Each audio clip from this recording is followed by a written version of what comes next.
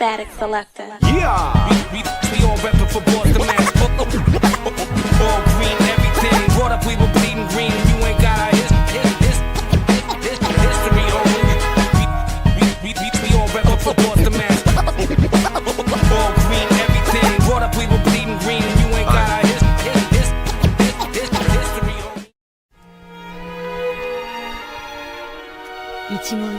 Static Selector. Yeah, we all reppin' for Boston, man. All green, everything. Brought up, we were bleeding green. You ain't got our history, homie. We all reppin' for Boston, man. All green, everything. Brought up, we were bleeding green. Really look at the evidence, you'll see the truth. What's the truth? Really look at the evidence, you'll see the truth. What's the truth?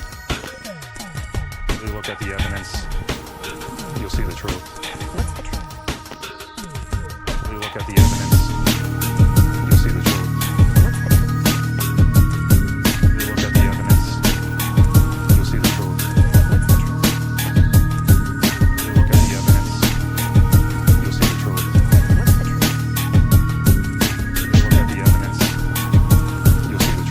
What's the truth? Really look at the evidence, you'll see the truth. What's the truth? Really look at the evidence, you'll see the truth. What's the truth? Really look at the evidence, you'll see the truth.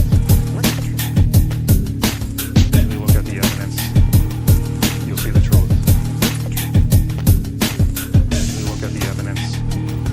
you'll see the truth. What's the truth? Really look at the evidence, you'll see the truth. What's the truth? Really look at the evidence, you'll see the truth. What's the truth? Really look at the evidence, you'll see the truth. What's the truth?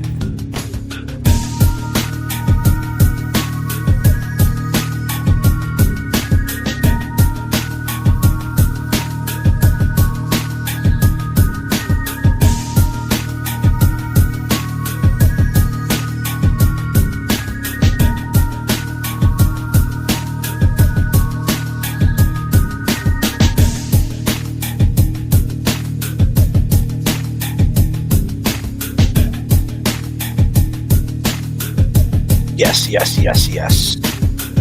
Mic check to the gods. Message from the flight deck. You know how this goes, right? If you got some luggage you carry on, please put it up in the overhead bins. If you have a carry-on, a little backpack, and you get your Hershey Kisses in there, your Cliff Bars, your nips, your vapes, whatever your vice might be, please take them out now. Make sure you're tucking underneath the seat, nice and tight, because it could move in flight. Trust and believe.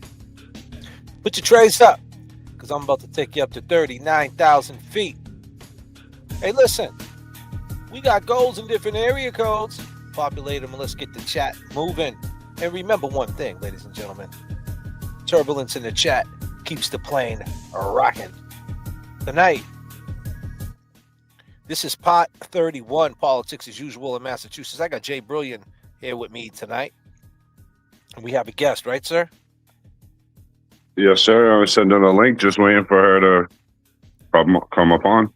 She's absolutely backstage right now. Her name is Colleen, and she was around in 1995, and she knows Adi. And if you guys are not familiar with Adi, Adi is the guy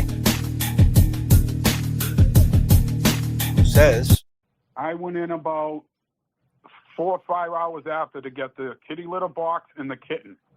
That was it. And what I seen, to this day, I don't wish anyone to see what I saw. wow, Adi. Y'all caught up, Adi? She was just back there. Colleen, if you want to text her, I think she hit a button, and she's not there no more. You want to give her a text. She's back. She's back. Colleen, I see you, girl. I see you. I'm going to bring you up the stage in 1 second, girl. You're just backstage right now. Colleen's back there, and I appreciate you for being here. Everybody, before we bring Colleen to the stage, my man is here, Jay Brill. What up, Jay Brill? You want to talk to the chat real quick? You're on mute, brother. What's going on, people? Yes, Jay Brill is here. And we're going to get some answers about Adi, the one-man party, a.k.a. the third party. culprit, that is. Yes, sir. Get some insight on a few people. And coming to the stage, I got ladies and gentlemen, I want you guys to give a warm welcome to Colleen. She's brave for coming here. She's gonna talk about that space and time. Need everybody to give her throw the peace signs up for her real quick, because it's not easy coming up here for sure. See the peace signs for Colleen, ladies and gentlemen. Peace signs up for Colleen. Let's go. Everybody come on. Where we at? Let's go. Okay, there they come.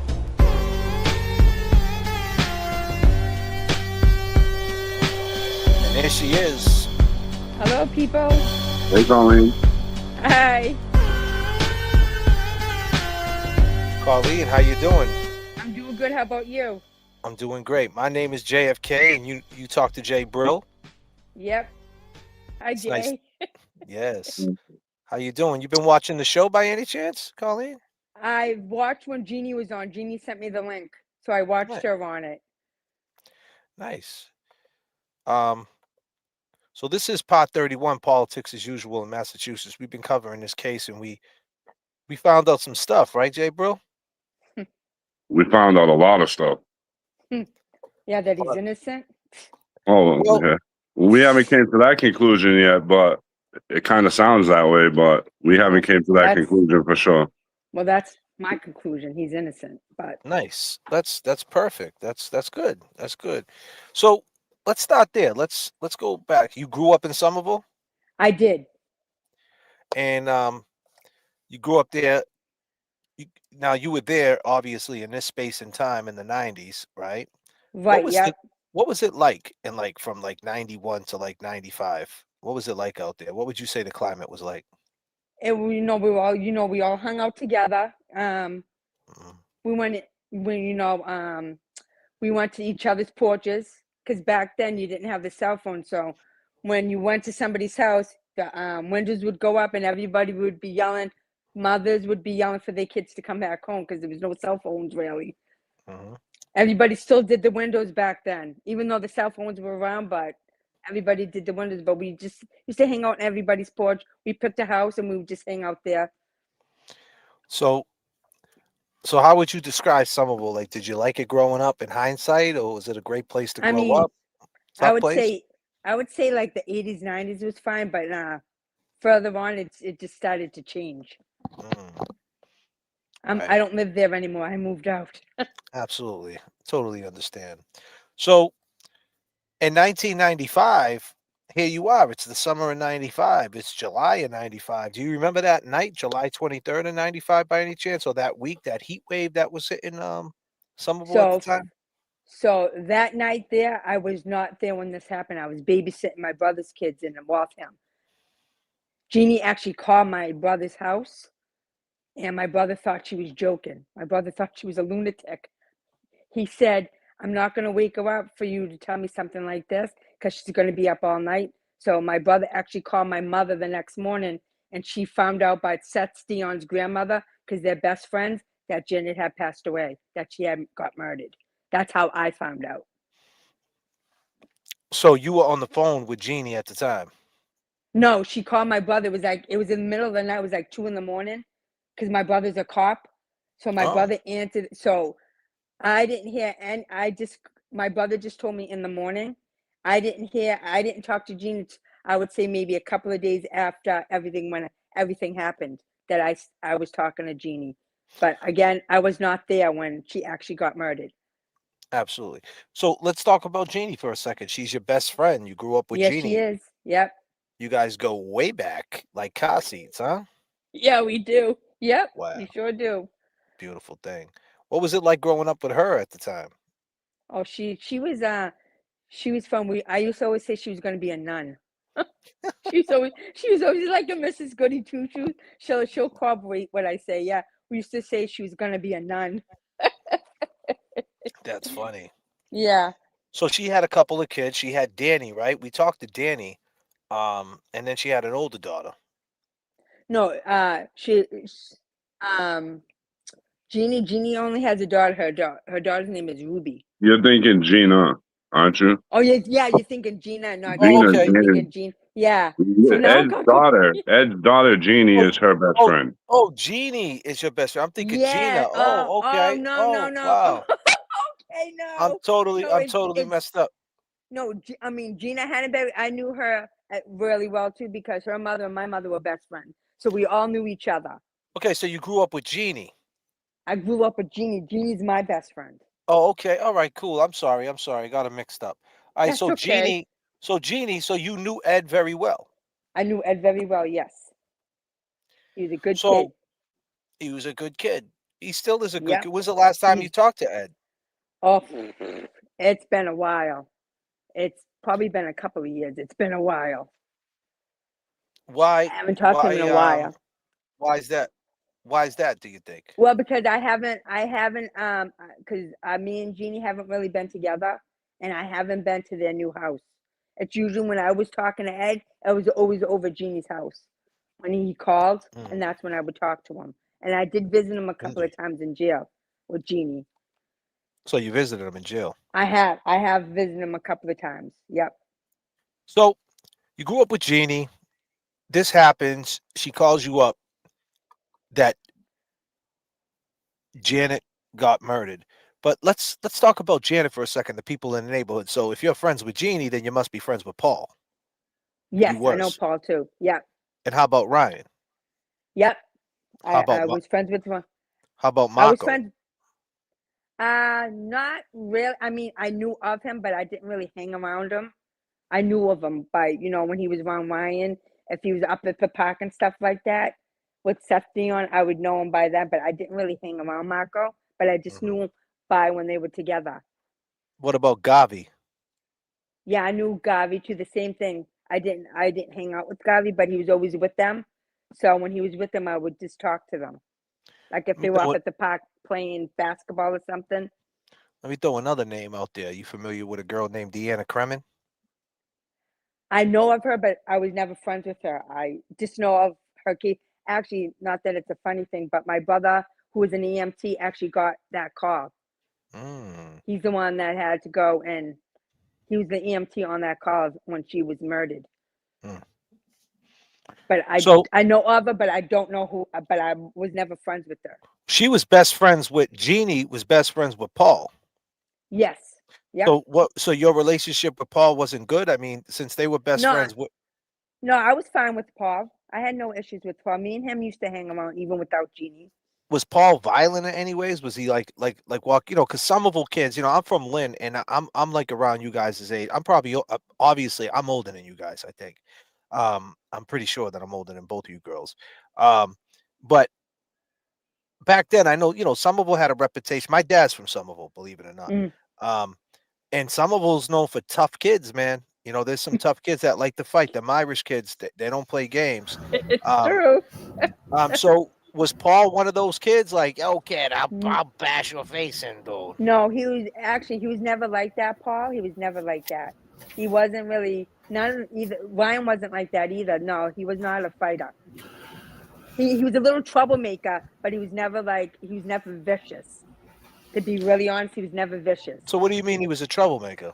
Well, Like he would pick on other kids like we all did. Just nothing really like nothing like malicious or anything, but just being a typical kid. You would for instance, we actually put crap on somebody's tires because actually God damn. Come it was on, actually Colleen. What are you doing? Was it around Christmas time by any chance? God no, damn. it was actually Michelle Cameron's brother because he was an Oh idiot. man. That's all right. He was an idiot. Because he was an idiot, I'm Hey, sorry. you got to do what you got to do. Coming to the stage right now is one of my co-hosts. He goes by the name of Kevy Kev 781, and it's on the Cash App, ladies and gentlemen. And he's open 24 hours a day. Kevy Kev, Colleen, Kevy Kev. How are you? Hello. Good. Excellent. Great to So have this you. is sorry. I'm going to pass it right back to you, Kev. So she's best friends with Jeannie, and that's Space and Time, Ed's daughter, obviously Eddie's sister. You got any questions you want to ask her that comes off top? Um, I mean, so she knew Paul and she knew the Downans as well, or Yep, I Yeah. did Did too. they Yep. own cats? I was in and out of that house. I can't tell you how many times. yeah. Jay took it right out of my mouth. Did they have any animals? They had the only one I know of is the dog Joshua, if that was Okay. his name. I think it was So Joshua. let me Just ask the you this: dog. was you in the house? Let's try to stay in a pocket, and then we'll get to there.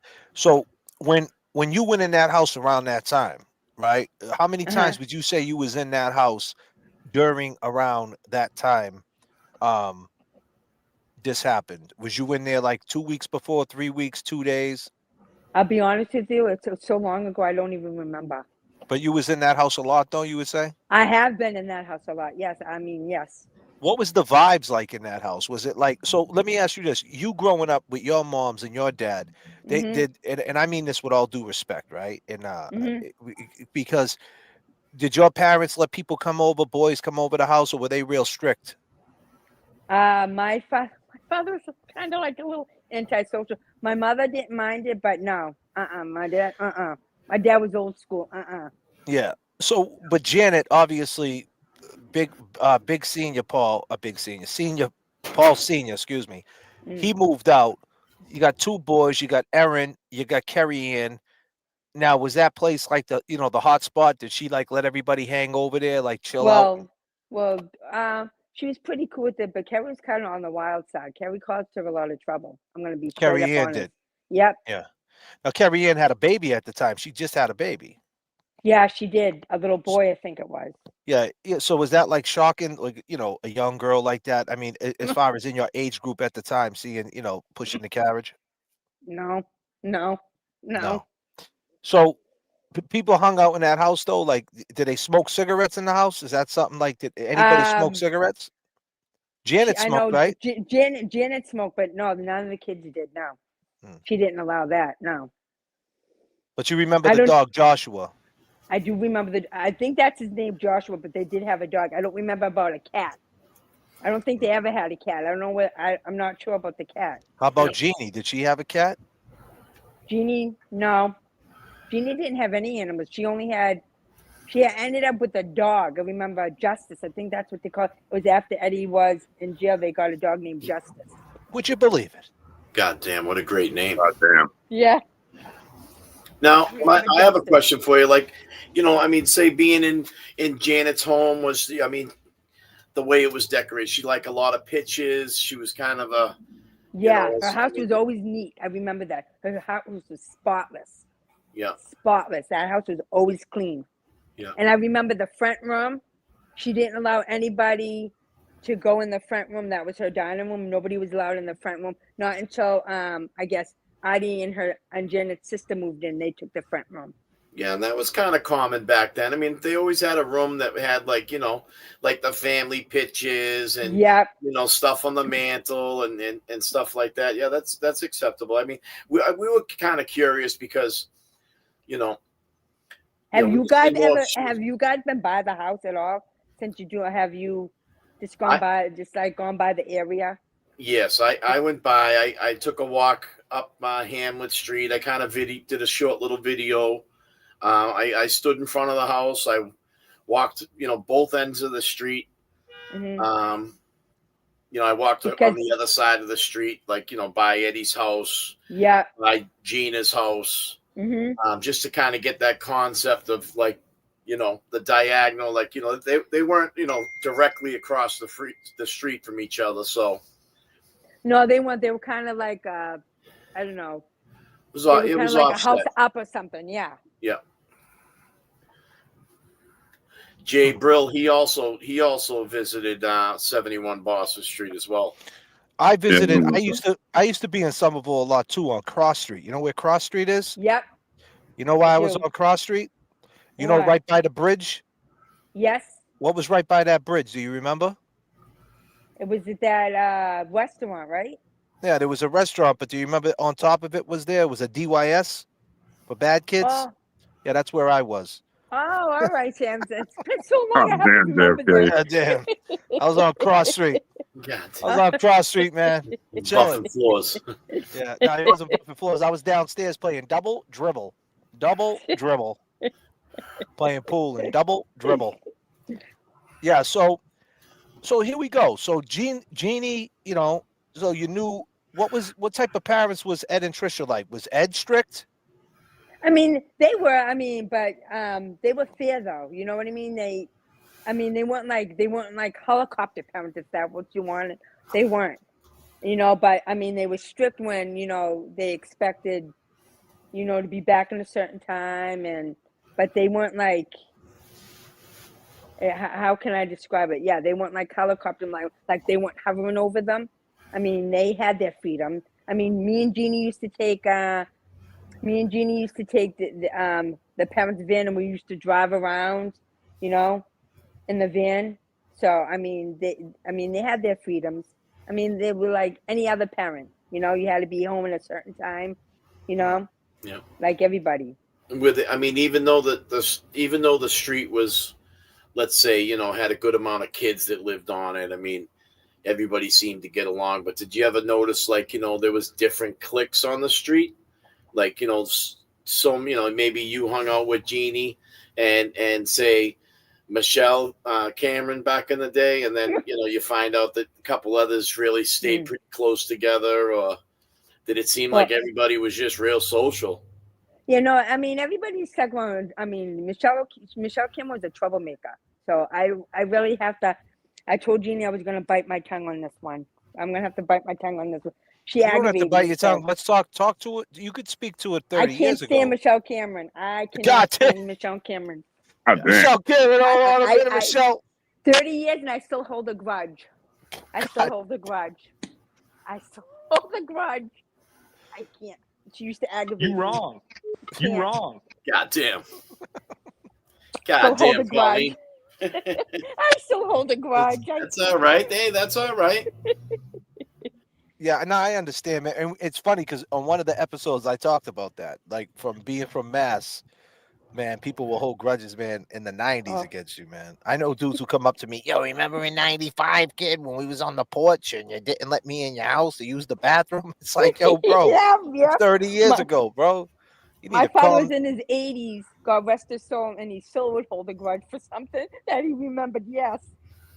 Do So you was Colleen? Let me ask you this. Hey, hold on a second. Yeah. Yeah. Let me get a cheers real quick with you, brother. Bingo, Dunky Donut, my baby. man. Yes. Let me just say this. So Michelle was a troublemaker. When you say a troublemaker, was she a liar too? Yeah, she liked to make things up. She likes to But make you know what the things up, problem? huh? I'll be honest. You know what the problem was with her is that her mother was always getting involved when the kids would be fighting. Her mother would always be getting involved when half the time it was her kids starting the trouble.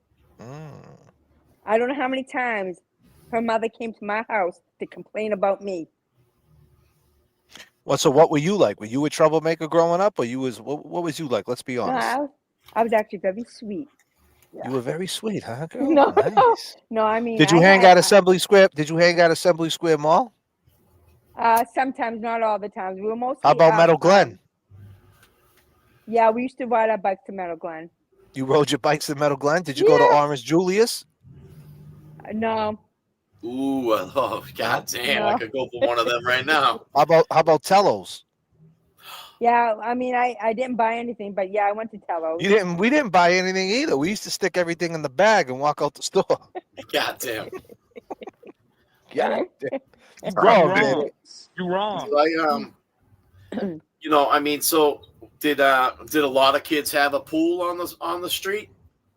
None of my kids, none of our group had a pool. No, Yeah. we used to have to go to Foss Park. Okay. Did you know Ricky?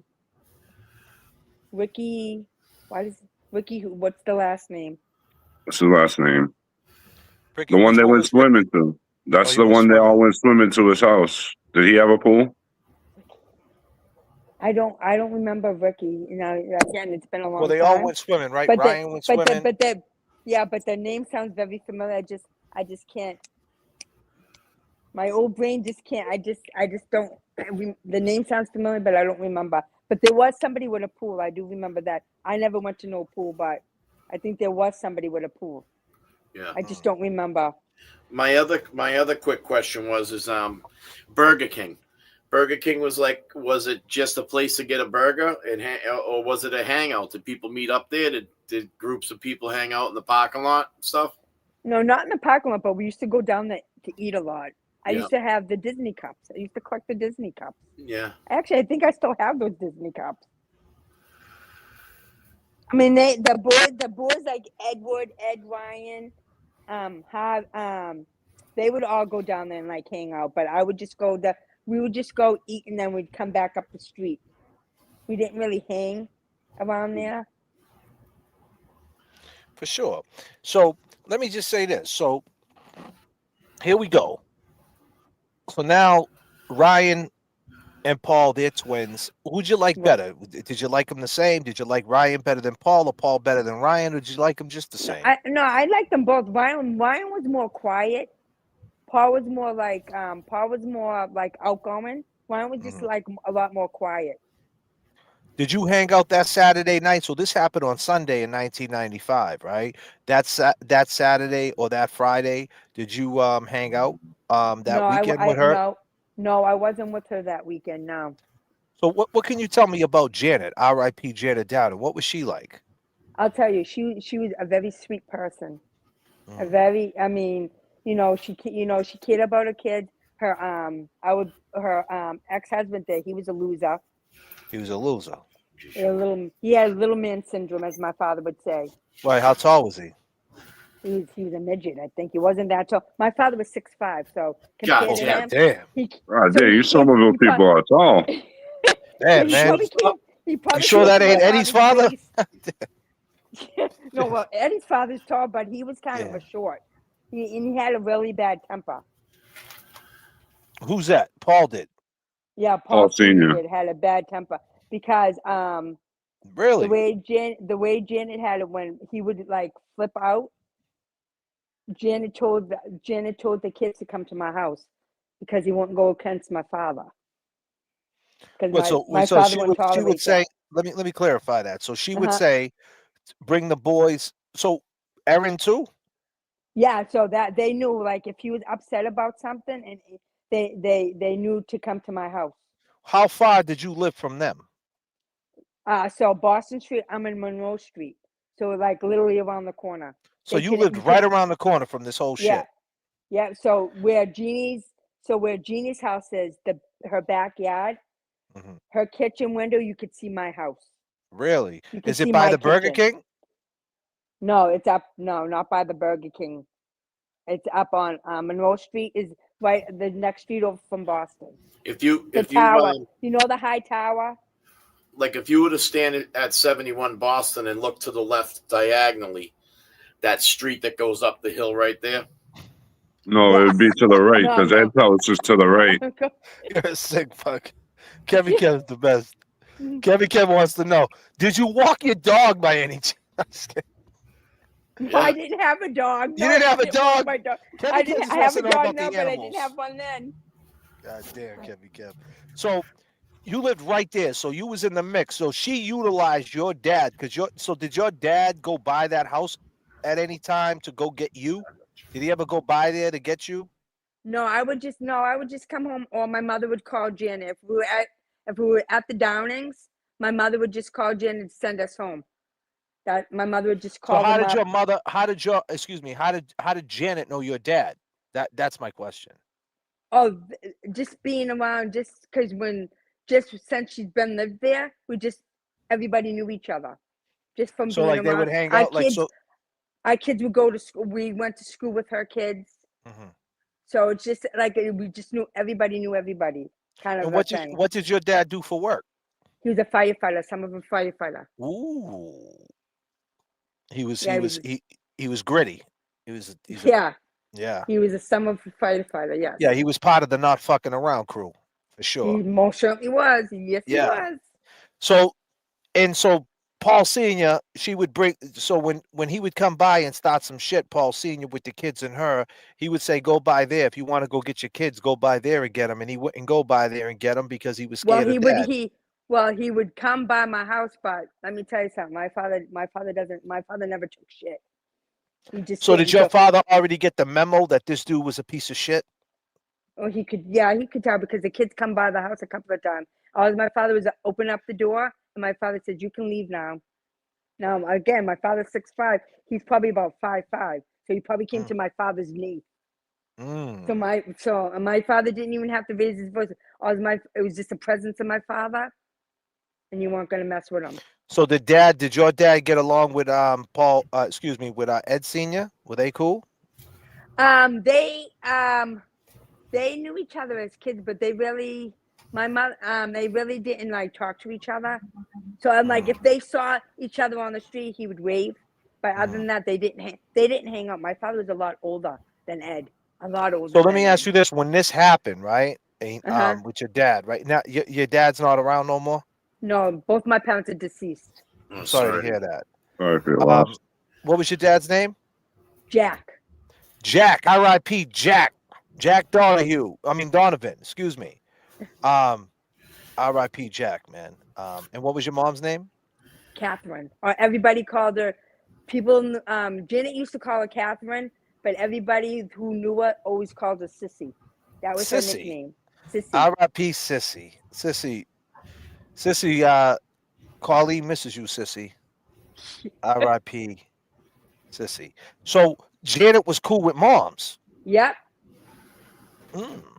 Believe it or So not, so she used obviously your moms at the time. So dad and your moms, this goes down. She gets murdered. They say it's Eddie, right? uh-huh. What was their reaction? My mother at first, either one of them believed it. They didn't believe it. My mother actually testified for him, for the Really? juvenile hearing. When they wanted, before his trial started, they wanted to get him bailed, and they asked my mother to testify, and my mother did. She did. And why would she testify for Eddie? How'd she know Eddie? I mean, she knew Jeannie, but how'd she know Eddie? Well, because the kids in the neighborhood, and my mother was a stay-home mom, so she knew all the kids in the neighborhood. Do you know what I mean? She knew everybody, and she knew Ed. Probably So speaking on his character or whatnot, right? right, exactly, and that's exactly what she did, and that's what she did. And I remember when that happened. I remember Kerry Downey and being very upset with my mother, saying, "Why would you do that to my mother?" And my mother turned right to her face and said, "Kerry, I don't believe this kid did it, and I'm not going to say something that's not true. I don't believe this kid killed your mother," and that was it. That's how. Now, Yeah. now, back in '95, was your father still a firefighter? Yes. So did he happen to be called to that scene? No, actually, my father was on vacation. He was up in Maine. Okay. So my father wasn't. My father heard this after he came back. He was up in the North Maine woods for You 2 know, weeks. So when this whole trial went down and all the evidence was laid out and everything against Eddie, they still didn't believe it? Nope. Do you remember the reasoning why they didn't believe it? Was there something that Because stuck out to you? a lot of it didn't make sense. Now my brother's a cop, and my brother even said it. He said something doesn't Your smell brother right was a there. Somerville cop? No, he was at the time he worked for Northeastern. He's a cop in Okay. Florida now, but he worked for Northeastern. But he did have a friend who on the Somerville police force. And he didn't Jimmy believe it. Polito. Jimmy My brother Polito. didn't, but Jimmy Polito, I think he believed it because all the Somerville cops are all together. All So liars. let's go there for a second. So Yeah, when was the last time prior to this going down with Jeannie, do you think, if you can remember, you hung out with Jeannie and Paul? Like, was you with them all the time that summer, or did that summer you guys? Because when you hang out in cliques like that, sometimes this person hangs with this person. Sometimes this person's with that one. I You break mean, up a little bit. a Was couple you of hanging times during. around? I mean, a couple of times in summer. I mean, yeah, we were hanging around. I don't think I was hanging around the time that this all happened. And again, it's been a long time, but I don't think I was with them at all. And you said Janet was a great woman. She She was there was, for her yes, kids, and so she yes, let people hang at her house and let people yes, chill out. Let yeah. me ask you this: did you smoke weed back then? No, No. I'm one of the boring ones. Nope. Did you know who the weed man was? Uh, If you were gonna get I weed, who would you get it from? I wouldn't have no idea because I didn't smoke it. So, Okay. So what about I, so Janet's Janet's there. So you were hanging over there when the guy was living over there, and her sister was living over there. Her sister was Colleen. Do you know her? I mean, excuse me. Yeah. What was her Carol, sister's name? Carol. Excuse me. Carol. Her sister's Carol. Did you know Carol? I did know Carol, not a lot, but I for her being around there, I did know Carol. Yes. What was Carol like? Was she anything like Janet? She was kind of quiet, Carol. I mean, I think they both were like pretty quiet. So I mean, Carol lived in the house, and right. Adi lived in the house. Mm. A guy named Adi. What can you say about Adi when you went over there? Did you meet Adi? Was Adi in the neighborhood? You said you lived around the corner. Yeah, I mean, Was he always around the neighborhood? he I know he drove a green cab. And stuff when I was in the house. I'll be honest with you, the guy always gave me the creeps. There's something about him. I don't know what it was. He was very creepy. Very creepy. He just How gave. so though? I don't know. When he was near you, I just always got the chills. Like I didn't want to be near him. I mean, he never did anything to me. He never like. But I'm just saying, he just gave a very creepy vibe. Did you see him around though? Like you lived on Monroe Street. Did you see him drive I mean, by? Did you ever? yeah, I saw him drive by in the cab once in a while. Yeah, once in a while. I saw him sometimes when I was going to Jeannie's house. I saw him coming in and out of Janet's house. Did he hang with the younger kids? Like, was he hanging around with the younger kids? Like, was he trying to be? Because he was like 30. Was he hanging around with you guys, like the 17-year-olds? How cool was he? Not, Did you ever see him with Paul? Did you ever see him with Ryan? I mean, I used to talk to them and everything, but I mean, I never, me personally, I can't, I never seen him around them. But Mhm. I'm not saying that he's not. I didn't see it. But I So mean, when he lived with them, so of course so he's but when around you them in was the in the house. house, right? Where did he live in the house? So again, so Boston Street, you know, the front part of her house, Hmm. that's where they lived. That was her living room, and she turned it into a bedroom for them. So that's where they lived right there. That was their bedroom. What's that? Where exactly is that, Kevy Kev? So it's, So Right on the front. It's right at the corner. Like if you're looking at the house, it's right there. And yeah, then it's on the right by the side, it's a grass. little walkway. There's like a little walkway, and then the foyer on the Yeah. right of it. yep, It was it's right there. it's Yes. literally the front of the house. So like on the layout that we had thrown up there, the layout of the plot plan there. What it was when you walked in the foyer and you took the left to go into where the bathroom and the stairs were to the left, there was a room all the way Yeah. to the left. And that was their bedroom. That used to be her living room. That was where nobody could go into. But when they moved in, that she turned that into their bedroom. She told people no one could go into her bedroom. No, the No, no one was allowed in there before she made it into the bedroom. She said. Yeah, because it was her living room. That was her living Mm. room. So that's where that's where she had her china cabinet and everything. But when they moved in, that turned into Artie and Carol's bedroom. So did you ever see when you was in the house hanging out? Did you ever see Adi around in the house? Yeah, I mean, yeah, he was around watching TV and stuff. But I would just quickly like run in because if Paul had to get something, we'd quickly run in or run out and run back up. But he was like watching TV or eating something. So back then at those times was Paul like real camera happy? Did he like taking pictures? Did he carry a camcorder? Like was he always trying to capture the moments? No, I don't remember him with. I know I do remember times when he liked to dress up in his mother's dresses and nails. Oh, did he? God damn. Yeah. Well, Wow, Paul we was. knew back then. We knew back then which way he was going to swing. God damn, Kev. God damn. The dresses, man. Yeah. Yeah, he did, and walked around his mother's high What about heels. the dog? God damn. Don't get me going, bro. Don't get me going about the fucking But that was so. dog. But he worked at. They worked. He worked with Jeannie over at Service Merchandise or at the Galleria, Yes. right? No, it was down in Twin City. Oh, Twin City. Excuse me. My bad. Twin City, yeah, Twin City. Yeah. It was Sears Yeah, at they the worked gallery, right? together. Yeah. Yeah, Sears. Sears was at No, the Leachman. gallery. Leachman. What Yes, Thinking about Leachman, Leachman. that's right. what about Leachman. like nicknames? Did they ever have nicknames? Did they ever like call? Did Brian have a nickname, or did Paul Jr. Did he have a nickname? Like No, not that I recall, not that I remember. It was just Paul and Ryan. Like like Eddie O'Brien was like little Ed. There was Big Ed and Little Ed. But Did you ever see? but This is a them, pretty good question right here. I got a question right here from the Is there justice? Does she know if Adi had a pager? Did you see him? Did he have a pager? Was he ever looking at his pager? Is that something that stuck out to you? He was on his pager a lot. Did you see him with a pager by any I'll chance? be honest with you, I don't even remember. Okay, good question. So here we go. Mic check to the gods. July 23rd, 1995.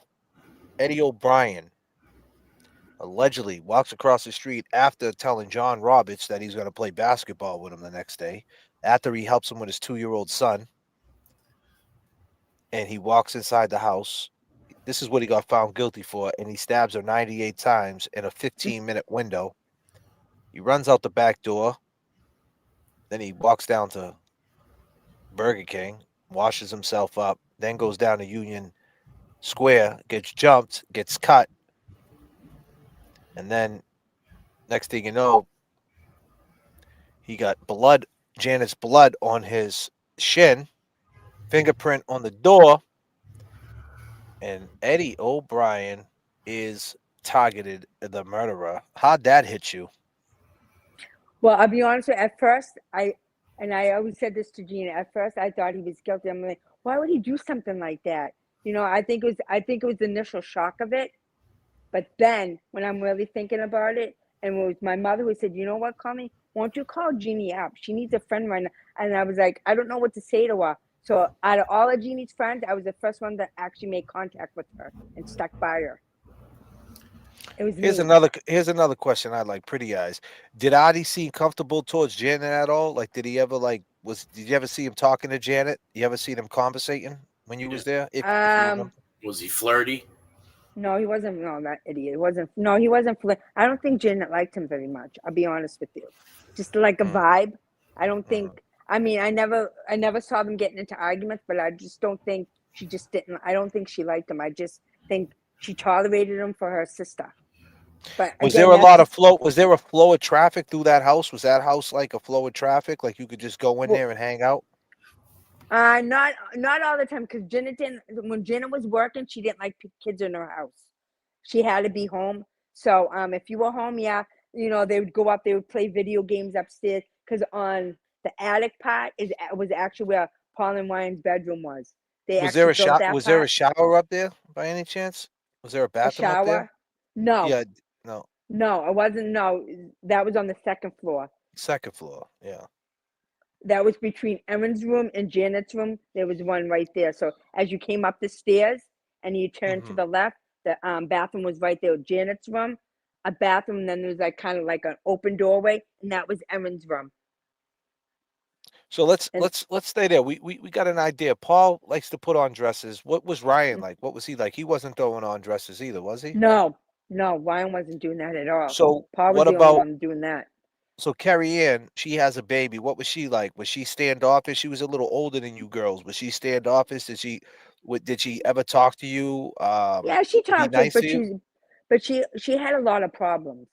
That When girl you was say just problems, like what type of problems? Who was she hanging she. out with? Like what type of people did you see Carrie Ann with? At that age, when What you're looking at her as a younger girl, seeing a girl who's a couple years older than you, and you see her with the boys in the neighborhood, what type of boys was she around?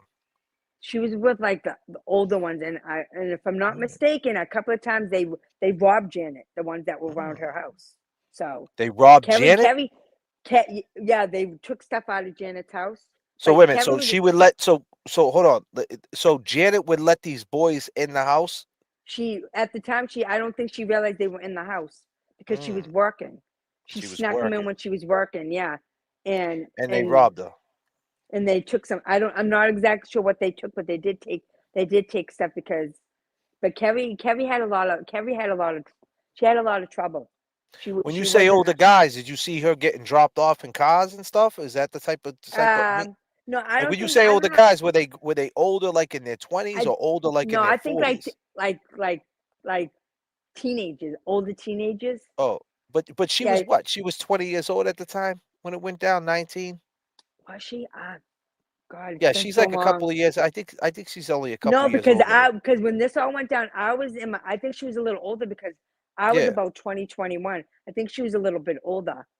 So I'm thinking Oh, you as were like the 2020. Wait, you guys are older than Ed? I'm Oh, older than Jeannie. I'm older than Jeannie by like 2 years. and I'm how old's 50. Jeannie? Oh, you're Jeannie 50. will. Okay. Jeannie's 48. Okay, so Jeannie's my age. All right, so she's older than you guys. Okay, so yeah, I get what you're saying. Yeah, so she was like, if you were 20, well, in 95, yeah, you were 21, 2021. Yeah, so she was Yeah, like about 23 or something. 2021. Yeah, okay. All right, here we go. We're here. We're right there. We're going down memory lane. We're in the time machine, right? So, all right, so you see, but now here you are, you see her with these boys, right? And now you hear through the grapevine that she got dudes coming up in the house and they're robbing her. They're robbing Janet. Hmm. So Carrie Ann, what was Erin like? Erin was an. I liked Erin. Erin was a nice kid. She really was. She wasn't. She was. Erin was not a troublemaker at all. She wasn't. Kerry was the problem, but Erin was not. Erin just did her thing. You know what I mean? She went out with her friends. She never caused any trouble. Erin. Never caused any trouble. Erin never No. caused any trouble. So, but you were cool with Erin at the time? Did you ever go out with Erin, go to the movies Yeah, with her, to the I AMC? mean, I used to hang around with them, not a lot, but I used to, we used to like, I used to come, we used to watch movies. We used to, we weren't really chummy, but I would play with them once in a while. I was more like hanging around with Paul and Jeannie, but I did Mhm. hang around with Erin a little. Erin's like the same age as my brother, my So, younger brother. so you hung out with everybody. So you hung out with Ed too. So when you hung out with Ed, what was that like when you was around Ed? You was a little older than Ed. You know, Yeah, I was. he's coming to age. Did you He have was a goof. who'd you have in your family? Did you have brothers and sisters? There's seven of us. Woo, goddamn. so this so like for like my brother Patrick, who's the youngest, Patrick, me, and my sister Mary, we're the ones that kind of, it was actually more me and my brother Patrick that hung around with them. So how old was Patrick? Was he around Ed's age? Yeah, so my brother Patrick's 49. He just turned 49. So So, I but think so he's a having a little young, older than Ed. yeah, he's a little older. Ed's 45, right? But my Yeah. point is, you know what it's like having a little brother. So when Ed popped up, hey guys, how'd you treat Ed? How'd he treat you? Did you think he was weird? Nope. How'd you look at Ed? Ed was a good kid. Ed never gave you Ed was always helped when you needed help. Ed was not a troublemaker. He was not some sadist. He was not no pervert. He wasn't a psycho. He was none of that. So all the stuff that they say about him is untrue because somebody, unless you know him, he was not like that at all. That kid was not like that at all. How would you describe him? You're saying he's a good kid. He Can you give he me he's like another? he was Can you give like me some you know other what? adjectives? Yeah, he was like a big teddy bear, goofy. He liked to fool around. He liked to tease ya. He wasn't a fighter. He wasn't a Did you ever see him troublemaker. with a knife? Never, Never seen him with a. never. Did anybody in the neighborhood watch the movie Natural Born Killers? When that movie came out in 1994, was that anything you guys ever discussed? No, So no question.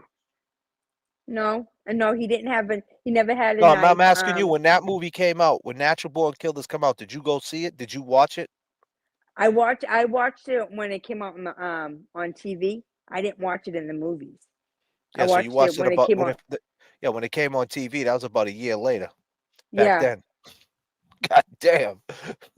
It hit yeah. HBO like 7 months later. Yeah, so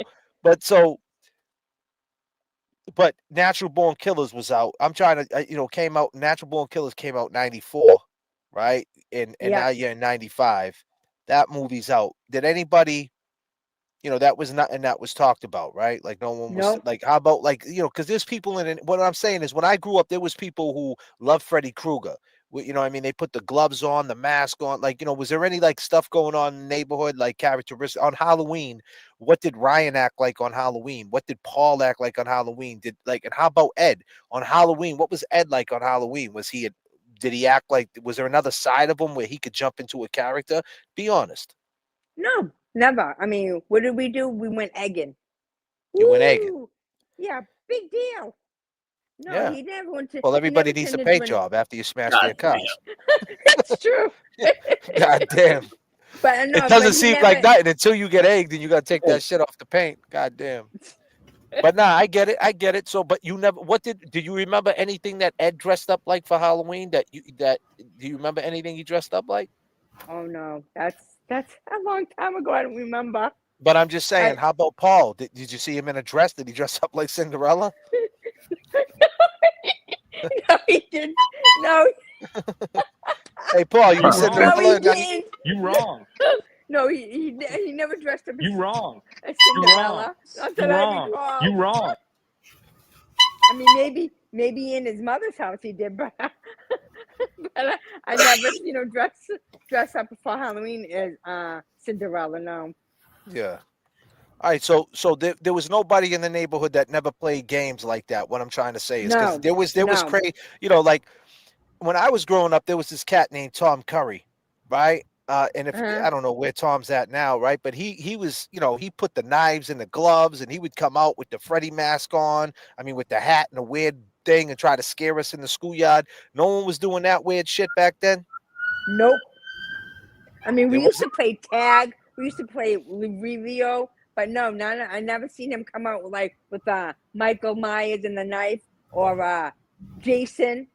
No, I never Yeah, seen because him I do was any big of back that. then. Them characters, I mean, them characters are still relevant. Them characters are still I making mean, money at the comic I cons. love watching those Goddamn. things, but So you no. so you just brought back a memory. I mean, I used to play Relivio too. Now, you know, so kids were, cutting, going in backyards, hopping fences and shit. It was cool. It Yep. was normal. Yep, we did that too. Okay. We did that too. I mean, we used to play what is it? Touch football. Yeah. Yeah. We used to play. You remember Sting, where you take the ball and whip it? Yeah. So we For did sure. all that. Yeah. Yep. Catch one, catch all. Yeah. Yeah. Yep. Oh yeah. Yeah. Well, so that's cool. We got an idea of what was going on back then. So now here we go. Right? It's July 23rd. You find out this happens. Ed did it. You guys are not believing it. All the evidence is against Ed. I mean, even to this day, if we don't look at, you guys don't know exactly what happened on that side yet, right? As far as his defense, but you hear that there's blood. He got a fingerprint in the house. And then he says he got jumped down the street in Union Square. Is that something that would happen back then? If you went to Union Square, could you get jumped back then in 95? Is that something that's Yeah. possible? Yeah. You could. You would. You You could? could. Yep. You could. Do you think Ed got jumped that night? I do. You do. I do. I don't think he's lying. Okay. And What was the temperature like as far as when you went over the house after Ed was in DYS and he's locked up? What was the temperature in the neighborhood? You're in the neighborhood. Was it divided? Some people think he did it. yeah, Some it people was. think It he was didn't do it. definitely. No, it was definitely divided. Yep. I remember going over the house, and I remember the detectives hanging in parked cars, watching who's coming and going. I remember coming around the corner, going into CG, and I remember Ed or Trish saying, "Come on, Colleen, come in the house," because reporters were around, and they just didn't want me to be harassed because they were watching who was coming and going out of the house. And why didn't you, other than Ed being a teddy bear, why couldn't you imagine he did this though? If they got his fingerprint and all that, you were young at the time, but in hindsight, now that you're older and you really look at this, how do you think his fingerprint and how do you think her DNA got on his leg? Like Well, you heard the story that he went in the house, and why do you think? Why do you think he lied for 2 days that nothing happened? That he Well, didn't. first of He all, wasn't there. this is just my opinion. So, but I'm Mm-hmm. just saying, he's a 15-year-old kid. Something happens, Mm-hmm. and what 15-year-old kid's not going to be scared shit about something? And not for nothing, the way she was murdered, They said it was like a bloodbath in there. So how is it he's not drenched in her blood? Please tell me. He would have been drenched. My brother's a cop. He said he would have been drenched. And the blood, if he murdered her, so-called murdered her, that blood, even though you wash it off, it's still going to be on your hand. It's still going to be on your skin. You can't really get rid of that. It takes Yeah, they forever use to get that rid of light that. to look at it. And why was it he had the same clothes on? So he has a little spot of blood here and there. That could be anything. That could be him entering the house, seeing her on the floor, kneeling down, and he got it on him. I mean, that could be anything. But I why mean, don't the family think that? By who, knowing the Paul and Downings? knowing Ryan. Yeah, but I'm saying all these years later, he's been in jail 30 years. Because If you could say, let me say that say that question again better. If you could talk to the Downers right now, Erin used to be your friend, Paul, Ryan. You guys were all friends at one time. You guys shared a special time. Early 90s, you guys were coming to age. We can't get these times back. We know all the evidence now, all the stuff you're saying. We know how things are. What would you say to them? He's already got 30 years in. You find out there's DNA underneath Janet Downing's fingernails. What would you say to them to make them just, for 1 minute say, all right, you know what? We could see it your way for a couple of days or a couple of weeks and just look at things and have a conversation because they're just hell bent that he did it. What possibly could you say? What would you want to say? I mean, to be honest with you, I mean, I'd probably feel the same way if it was my mother. I'm not gonna lie. But again, Even 30 years later, though. And after all this new evidence came out, after hearing audio, I just think they don't want. For my opinion, and again, this is just my opinion. No, that's fine. I'm just saying. I just think they're just so set on him being guilty. They just don't want to look that it's anybody else. I don't know if they've just been brainwashed about But why it. would they think that Eddie? You're saying that he was a big teddy bear. Everybody says he's this guy. Why would they think Eddie did it? Do they know something you don't know? I have no idea. I can't talk for them. I don't know. I don't know what was said to them. I don't know if they were coached. Who knows? It could be anything. What if they got on this podcast, on this live? Excuse me. I like to, this is a live stream and comfort experience. What if they got on this live stream and they gave us information about Ed, like as far as saying he was a weirdo, he did weird shit, he said weird things, he came around, he was awkward, he was bugged out. I can see him doing it. Is that something you might have missed back then? No, because I wouldn't believe it because I know him from being around him. That kid was not a psycho. That kid was not a weirdo. He was very respectful. He was never rude. He always helped the elderly. He's always helping somebody. I just don't get somebody who went in, took put a tape in for his sister and went over and stabbed his best friend's mother over 100 times. Does not make sense. So he was. What's the story? Why don't you tell us? Why don't you tell us the story of what Ed did prior to go? What made you? All I know was he put a video in for his little sister, a Cinderella, and then he went over to look for Ryan, and like everything else, and then everything happened. So again, I can't speak for him. I wasn't in there. I'm just telling you what I've heard over the years. But from what I'm saying is somebody who just turned and put a tape in for his little sister, and then all of a sudden decide, oh yeah, by the way, I'm gonna go kill my best friend's mother, makes no sense. It just makes no sense. Somebody's a psycho, they're gonna be a psycho. Now, the night this happened, you lived right around the corner. Yeah. You must have heard the fire truck. So were you around the neighborhood that night, or were you out? No, I was babysitting my brother's kids in Waltham, so I was not around. So okay. I didn't find out until like the next morning. Yeah. I just was curious on like how busy the street was, and you know, there was a Just crime for- scene. I mean, I'm sure Yeah. people in the neighborhood were standing on their porches trying to Yeah. just whatever they could see, you know. From what I was told by, people around there, saying that there was cops going in and out. Everybody was going in and out. So I think the crime scene was already getting destroyed. People, like, there was neighbors going in and out doing this. There was cops going in and out. There's fire, there was ambulance. Everybody's walking on evidence. Yeah. From what I hear from the people in the neighborhood, the ones that were there watching it, they said it was a free for all. Everybody was walking in and out. If somebody got murdered, aren't you supposed to close off the scene? Not everybody walking in and out. Yeah. Yeah. What do you So mean? that's People what was walking in and happening. people were walking in and out the house? Yeah, Yes. Jeannie even said she went in. Yes. Yep. When though? When did Jeannie go in And the nobody house? and nobody stopped it. No, Gina Henneberry. Gina when went in. When did she go in? Well, the cops were there right after it happened. Yep. Everybody was going Maybe in it's and Gina out. told maybe us that. Everybody was going. I heard that. There wasn't even. They didn't. The cops didn't stop nobody. The cops was letting everybody going in and But out. Adi said there was tape. He said they could've- word for word. He said when he drove up, he seen caution tape. And by growing up in Charlestown, Yeah. when you And see he Yeah, but also caution said- tape, how much do we something bad catch happened. Adi He lying was though? also looking for a cat. I'm saying too, that's what he so- said.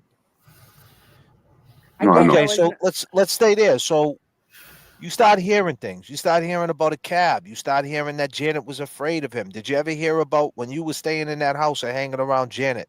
I mean, hanging around the kids. Did you ever hear weird things happening? Was that a rumor? Like, hey, there's a ghost in this house stealing? Like, did you ever hear no, about I never heard about anything like that. No. So, but then you find out after it's all said and done, they're saying that he did it, right? Eddie did it. Mm. And then you start hearing through the grapevine that it possibly could be a cat named Artie. It possibly could be Paul. When they start throwing the blame on Paul, and when I say they, what I mean is when he possibly could be a third party culprit in this because he was there, right? Rightfully so. He was there. He left with your friend Michelle, who caused a lot of trouble. They went to the beach. He went in there for 15 minutes right around that time, which means is the killer had to be in the house at that time.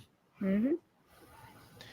Do you see Paul possibly doing something to his mother? And Big Ed said that Paul was known for fighting with his mother, like actually putting hands on his mother. Did you ever hear anything like that? I have heard stuff like that, but I've never witnessed it. But I have heard stuff like that. Yes. Was so he didn't like. Hold on. Well, I'm sorry, Kev. So do you think Paul Downing possibly could have done this to his mother? And did you ever hear that? That if Paul Downing killed his mother. Yeah. Was that a rumor? I mean, I've heard.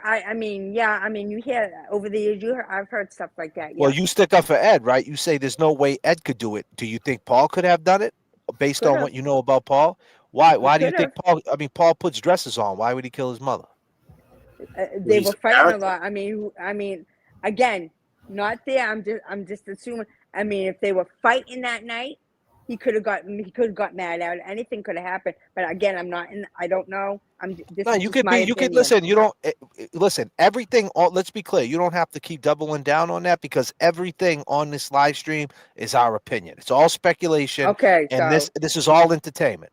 So it's all good. We're just trying to understand that we're trying to go back to 1995. When you're hearing like you're hearing, hey, Paul could have done this. Are you like, man, Paul didn't do this shit, man? What are you fucking crazy? Like, and then same thing with Ed. Oh, Ed did this. There's no way Ed did this. Like so right off the bat, there's no way Ed did it. He's a teddy bear. He's only 15. Well, Paul was only 17. And Paul put on dresses, but you still think, and at that time, I'm trying to take you to that space in time. When you heard that in that space in time from 95 to 1997, when things started coming out, leaking out in the neighborhood, because I'm sure people were getting upset in the neighborhood that they were blaming. Obviously, if Ed didn't do it, you have to blame somebody else. Somebody else. So, Yep. so now you're hearing it's Paul. right? I mean, we heard Eddie O'Brien on this show. He said that Paul came walking out the house when he was jumping in the Camaro with Michelle and Jeannie to go to Revere Beach, and he had a weird look on his face. So I mean, and that's been documented way back in '95. So I'm sure you heard that way back then. And Yes, I is have that heard that. Yes. did you? I mean, are you biased towards the No, O'Briens? You think like man, maybe they're right, or do you see Paul possibly doing this? And why would Paul kill his mother? Isn't that like a leap? well, again, I'm just saying. I mean, if they're saying that he came down and he had like an angry face on, from what I heard too, I heard somebody say they heard fighting in there. So again, these are just rumors, but I heard people say they were fighting in there. They heard screaming and then screaming in there, and then that was the time Paul was in there. So Who did your dad think when your dad heard about this? The firefighter, 6'5", part of the not fucking around crew. Who did what did your dad think did it? Who did it? Because if it ain't Ed, someone did it. Who was? No, my father never thought Ed did it either. All because. But I'm saying, who does he think did it? Did he think was Paul did it when he heard? Did he heard through the grapevine too that they're saying it could have been one of the sons? How about Ryan? Do you think Ryan could have done this? For my dad, he really didn't know who did it. He didn't want to believe that somebody in Janet's family was going to do something like that.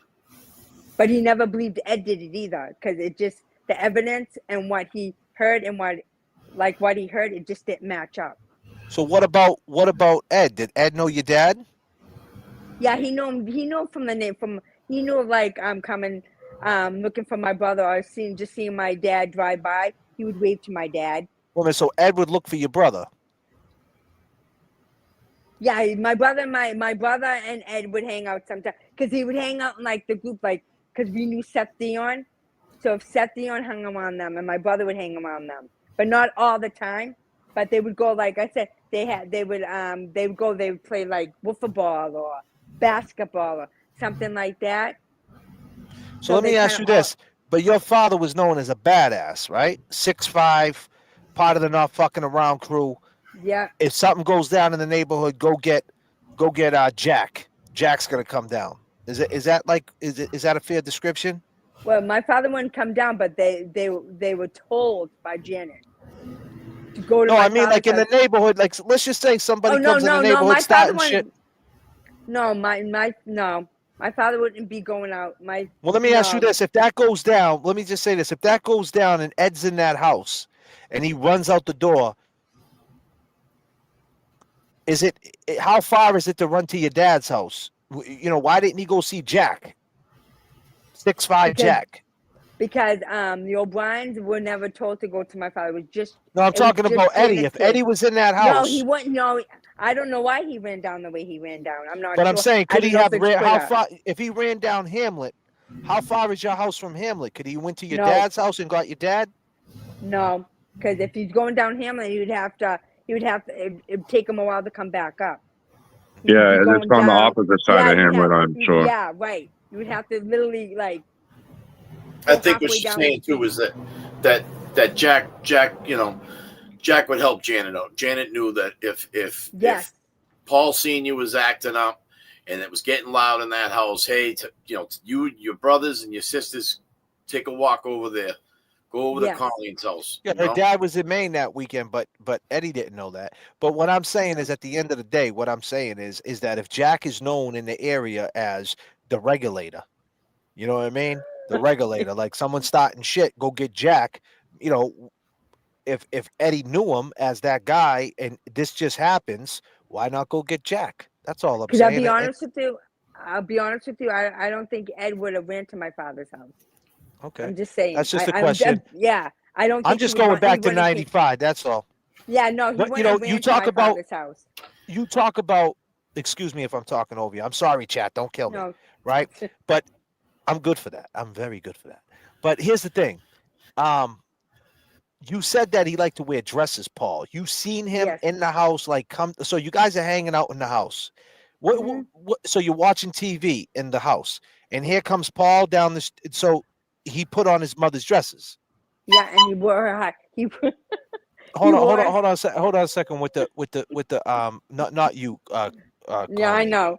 I'm talking about Kevy Kev with the horn. Chill for 1 second, because this is a serious question. So he would put the dresses on. So how So he would you dressed see up. him in the dress? He would come downstairs and go, "Hey, ladies!" Like he would be He'd be in flamboyant. dress up. Yeah, he'd be in dress up with the high heels. He liked Give his me mother's high heels. give and me a the dress. scenario. So what were you watching? Do you remember what you were watching? Like what was the Oh. temperature like? What were you doing? Can you break down can you paint the picture for me, please?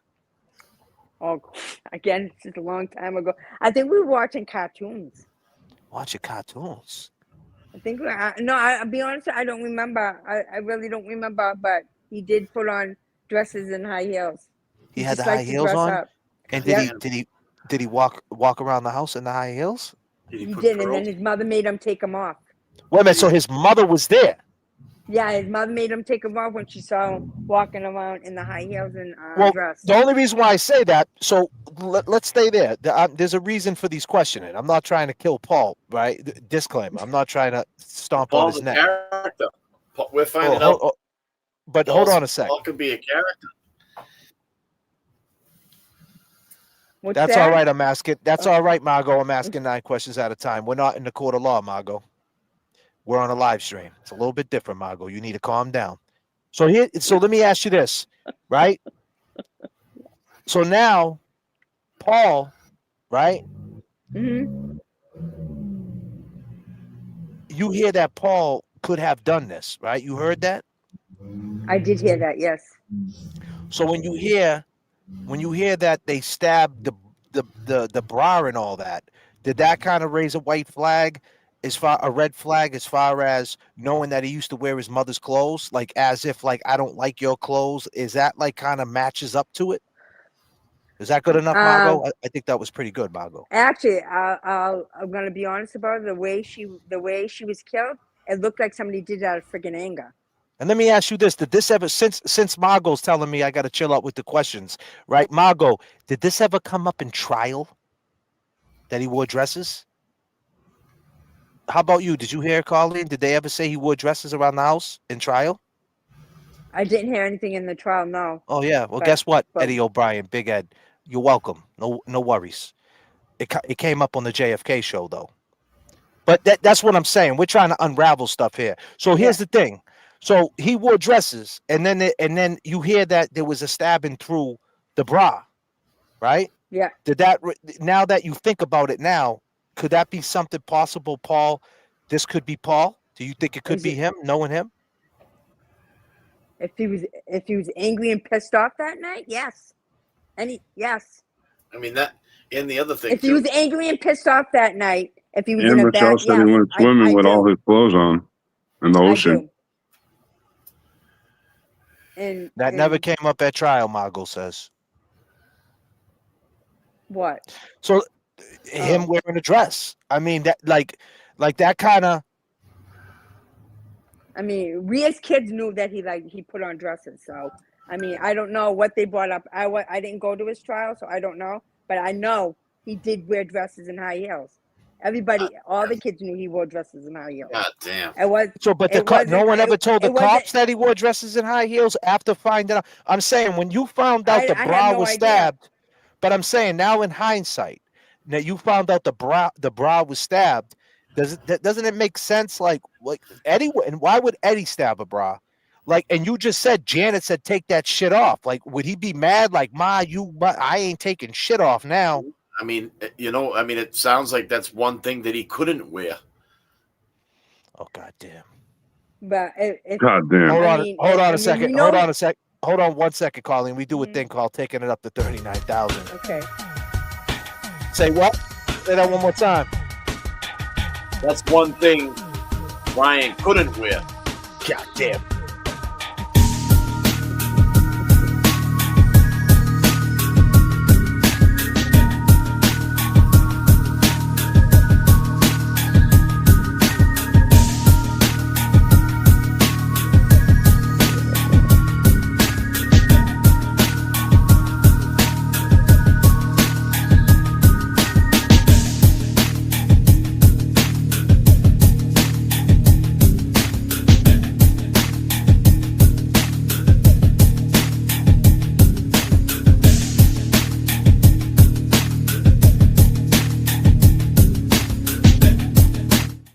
I just want to say to anybody in this chat, right, that's telling me how I need to conduct, how I talk to somebody, right?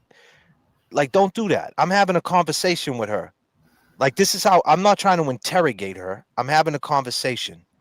So, excuse me if I'm being human. If you want to ask questions, Santa Claus is at the mall. You can go sit on his lap and you can ask him questions. You can say, Santa, where's Rudolph? Where's Prancer? Santa, get me the new ghost. Like stop that shit. That's like for real though. Like put the shoe on the other foot. Like, we're bringing you the content.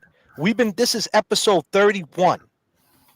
I think we've been doing all right thus far. Trust the process. Don't go in the chat and say these things. Oh my God, can she finish this? Can she finish that? You guys are talking over. Okay, cool. You can change the channel. You know that, right? I'm not just saying. offended. No, you shouldn't be, because we're not trying to do it purposely. We're just No, humans. I know. You know, you guys could go watch Tuberculosis. You loved them before, go love them again. See you later. Beat it. I don't care.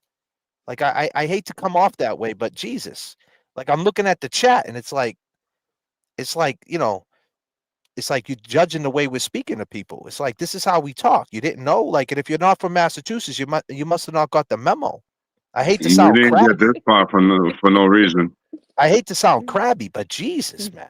You know what I mean? Like, God damn. Like, give us a chance, man. Fuck. You know? Where did you say Santa was? He's at the mall, brother. God damn.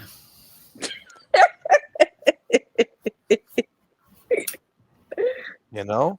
And I'm sorry, Colleen. That it's just, you know, we just okay. we just working too.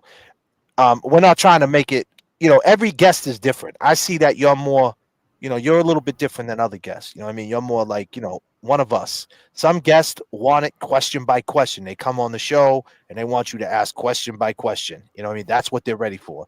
It seems like you're just ready to, it seems like you're ready just to conversate, you know, and that's how we're doing it. So Yeah. Kev, go ahead. Yeah, no, I mean, I was just, I mean, I'm starting to realize that Paul, you know, is a bit of a character. I mean, he can put himself in a different light, you know. I mean, and that could be bothering. That could be bothering for just everybody to comprehend. I mean, yeah, I get it. You know, 1995, behind closed doors, you're with your couple of friends and stuff. But I mean, it sounded like, you know, other people knew it. I mean, he was just a different character, you know. Well, I'll be honest with you too. Everybody knew, the people that were around all knew he was going to be gay. There was no question about it. He was going to be gay. Now, the other thing too was, I had a question. Did you did you know that he was in a relationship with, you know, an older guy? I heard that after the fact. I didn't know it then. I heard it like later, like years later. I heard that. Because that's some of the temperature that Janet had with him. You know, at one point in time, she found a set of keys to a friend of his apartment, and you know, she was thinking maybe that he was sneaking people into the house when she was at work. Mm-hmm. And you know, that was where a lot of tension was between those two. You know, I mean, Paul had made a statement to Michelle Cameron's brother. Well, Michelle Cameron's brother made a statement reflecting on being up the hospital with Paul Jr. And when when he got to the hospital, he said, Paul Jr. said, Ma, I'm sorry for fighting with you.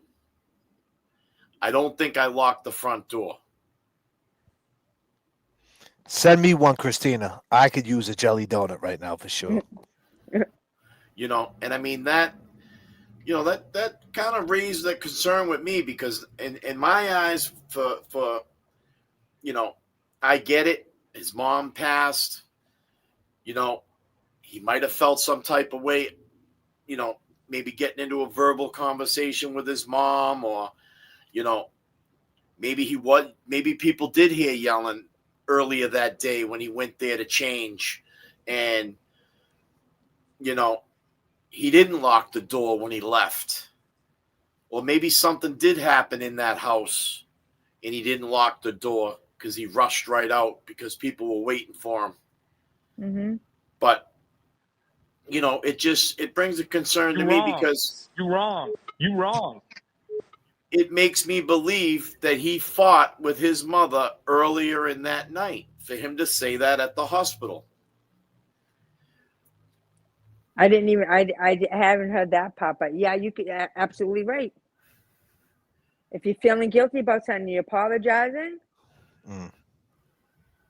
Let me say something. So when you heard that Paul possibly could have done it, what did you think? At first, I was like, kind of like, I don't think so. But I'll be honest, when I read the book, then then stuff started clicking to me when I actually read the book, Margot Nash's book, and I'm like, at the beginning, I would never really believe that he could do something like that, but when I read the book, stuff started like, I started thinking, I'm like, wow, that could actually have happened. He could have actually done it because it made a lot of sense. Do I believe he can do it? Yes. What in the book stuck out to you? Stuff. The book about him, coming out when he was running back out with Jeannie, getting in the car. It was just stuff that I was reading. Stuff didn't like it. Stuff sounded weird. Like you were fighting with her. I didn't finish the whole book. I'll be honest, because it was kind of upsetting to me because I know both families. Right. But how do you think but if that's the case, then that would have to be Paul did it in 15 minutes. And then he walked out to a car, got in the car with Michelle, got in the car with Jeannie, went down Revere Beach. He had no blood on him. Everything you're talking No. about Eddie, how there was no blood on Eddie, there was no blood on him. So, Nope. like, how did that happen? That they knew of because it was dark out.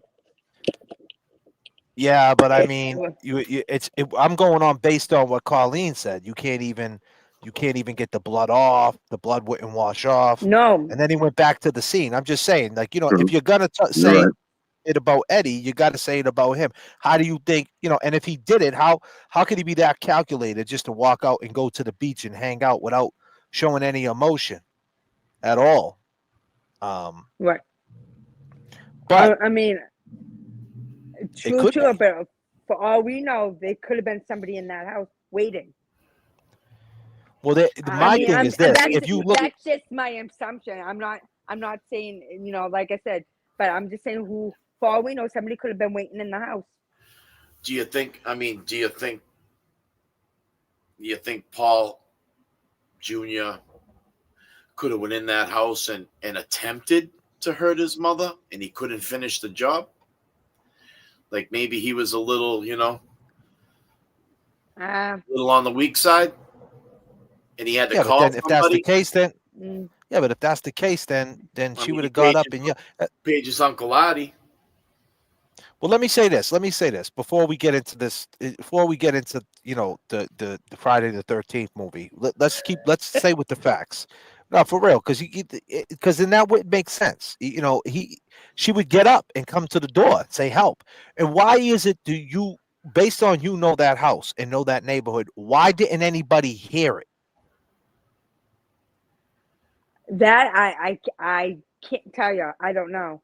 Because I don't know if the windows are open. I'm not sure. I don't know if when you hung at the house, was the windows ever open in the summer? Was the windows ever open? Did you see the windows open? The room where she was murdered in, yes, they were open. But that was on the side of the house. It wasn't in the front of the house. Wait a minute, so the windows, so that night that she was murdered, windows were open.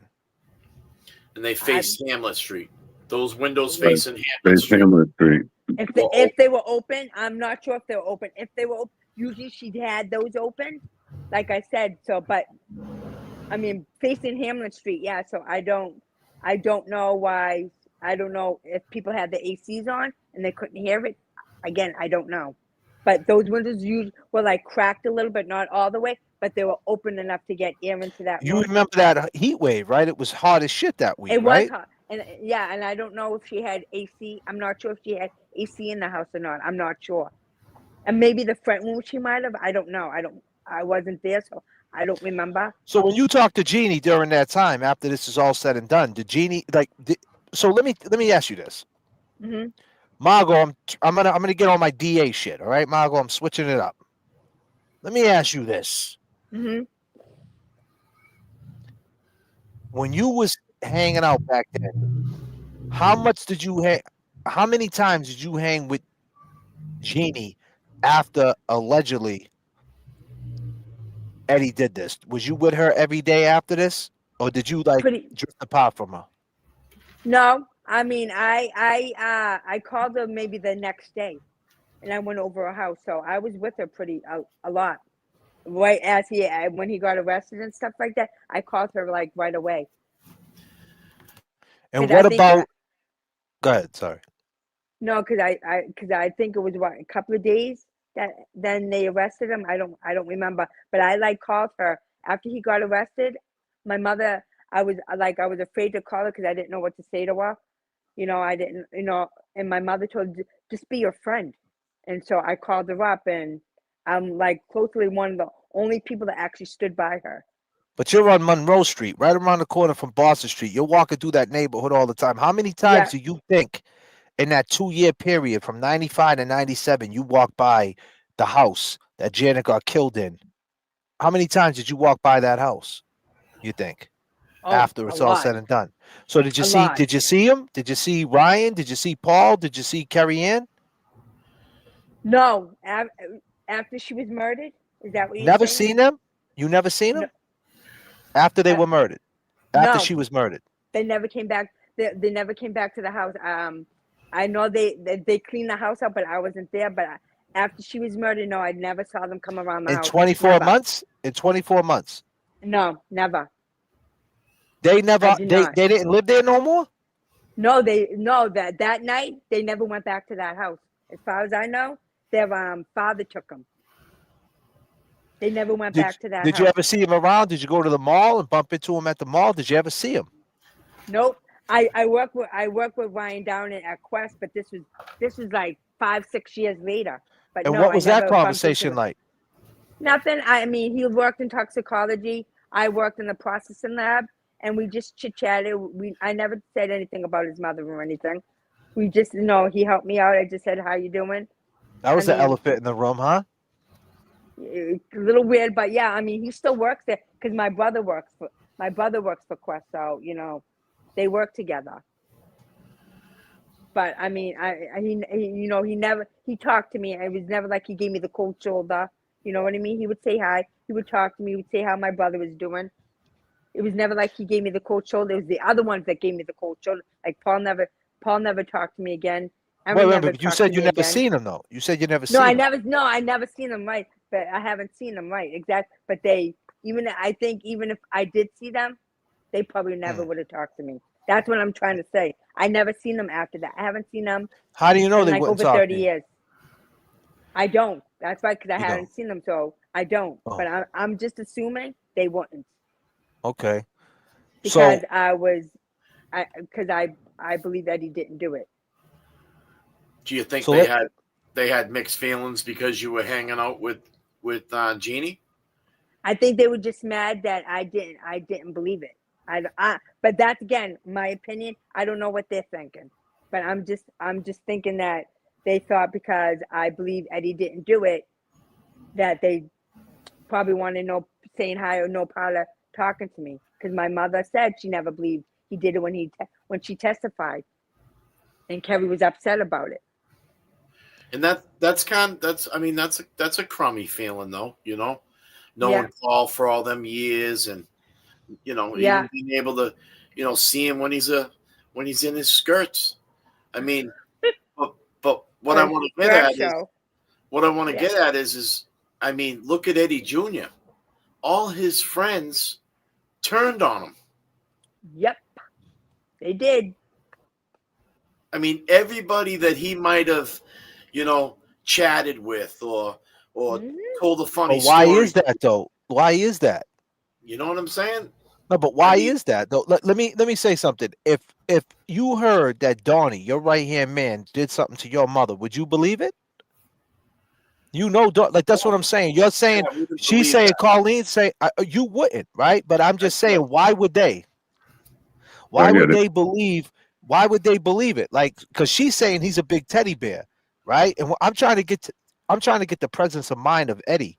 Obviously, Paul and Ryan, there's something that Eddie done that they're hitching on. That you know what I mean? They're attaching themselves to say, okay, well, he did that, so it's possible he could have did that.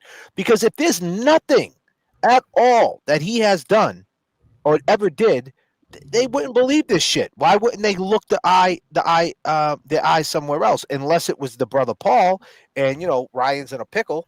He ain't gonna rat his brother out, so it's Eddie over the brother. You know what I mean? So I'm trying to Or it understand was that. Ryan and Paul don't want to rat him out. Yeah, or Mm, vice versa, or all three of them were involved: Eddie, Paul, mm. and Adi. And did I Honestly, say that's that what I'm right? really No, starting no, to think. excuse me, Paul, Ryan, and Adi. Excuse me. So let me stay there. When you walked in that house and you hung in that house, he comes down in a dress. You're watching cartoons. Did he come out to show out to the girls? Like, was that what he was trying to No, do, to show out to no, you girls? no. He just came down the stairs, twirled around, and went back upstairs. And what about Ed? Did Ed ever see this shit? I don't know. I can't talk for Ed. I can only talk for what I saw. I can't talk for Ed. And let me say this: when you went inside that house, what was the temperament of the dog? Did the dog come up to you, sniff you, jump on you? Was the dog like a Very trained dog? friendly. Did it bark? Oh, yep. Oh, Joshua, that dog was awesome. He always would come up, kiss you, pet you. Yes, that was an awesome dog. He never barked. He never barked at me. He liked Mm. me. For him barking at somebody, that dog never barked. That dog was very friendly. You could go up to the house, in the house, he'd come right over to you. He'd lick you. You could pet him, and he just walks away. He You want sounds to like say a any? good dog. You want to say anything about the dog, Kevin? Yeah, he sounds like a good dog, a good Do you He boy. like? is. Do you like He that dog, was. Kevin? I would have gave him cookies. I would have gave him cookies. You would have gave him a treat. Yeah, but it Would you also rub this? You sounds like he was a good boy, and he might not have responded if somebody that he knew came into that house, or like, you got to think, like, even the son, even Ryan and Paul and Aaron, and even Carrie Ann, if she wasn't there all the time, she could just walk right in, and that dog was all Mhm. tails wagging. Yep. So now you find out that it could be Paul. You read the book. Well, what about the time when did you watch the trial? Did you go down to the trial? Did you hang with I her at the did. trial? No, I did. I did not go to the trial. No, How about your mother? She went to the transfer hearing. Did she go to the trial? she didn't go to the trial. She just went for the transfer hearing, but she never went down to the trial. No. So dad okayed her to go to the transfer hearing. Dad was cool with it. He wasn't mad. He was like, go ahead, get him out of there. No, they actually they subpoenaed her to come down. His lawyer asked for her to be a character witness, and she agreed. And So dad was my cool dad, with that? yep, my father was fine with it. Because my mother was, like I said, my mother was a stay-home mother, and so she kind of like knew the kids, coming and going and stuff like that. So they thought, because my mother kind of saw the kids coming and going, she'd say hi to them, and they just thought that she'd be a good witness, just to say what his character was. And she was dishonest. She said she threw my brother under the bus, but she said I never seen Ed ever be any kind of way. She did What do you mean say she threw your that. brother under the bus? What do you Well, mean my by brother that? was because my brother always had a really bad temper, but unfortunately, my brother was mean with my father, so he had nothing to do with it either. But my brother had a bad temper. Did your brother Who hang was in your that brother? house? Yeah, he hung out with like Ryan sometimes. Yeah, he went in that house sometimes. Who's David Lee? Do you know David Lee, one of the neighbors? Did you ever run into him? I don't know a David Lee. Never heard the name. What about John Roberts, the guy who had the 2-year-old? That name sounds familiar. The name sounds familiar, but I can't. The name sounds very familiar, but I just don't. I can't picture who he is. It's just I How like I about heard the name, but I can't what about picture. what about Virginia Reckley? Yes, she was Janet's tenant next door. I didn't know. I didn't know Virginia. Who, Virginia? Yeah, Virginia, because she lived in Janet's the apartment next door in the house. It was connected. She lived in that apartment. That's how I knew Virginia. So what was Virginia like? Virginia was nice. Her and her husband were nice. They used to go over and talk to the O'Brien, sit out on the porch. I know their oldest son was in West Point. He went to West Point. Yeah, he played football. I guess he passed away. Oh Did he man. really? Oh, I didn't Wow. know that. That's too bad. So you hear about Adi. Now you hear about Adi, right? The trial. Did you watch the trial on TV, gavel to gavel? Did you watch it? Was you guys in No, I tune? Your didn't dad, watch your it. moms? No, None of you I guys mean, watched it. Moms didn't watch it. Nobody. no, I didn't watch it. For me, Did it you was ever just see the too. interview? Go ahead. I'm sorry. What interview? I Did think you ever see the interview when he was in Cambridge jail on the news? Did you ever watch that during that space and time I I when he was think wearing I the did, but white suit? It was on I think I 2020, right? did, but again, it was a long time ago, so I just don't remember. I think I did watch that, but it's just a long time ago, and I don't remember. Okay.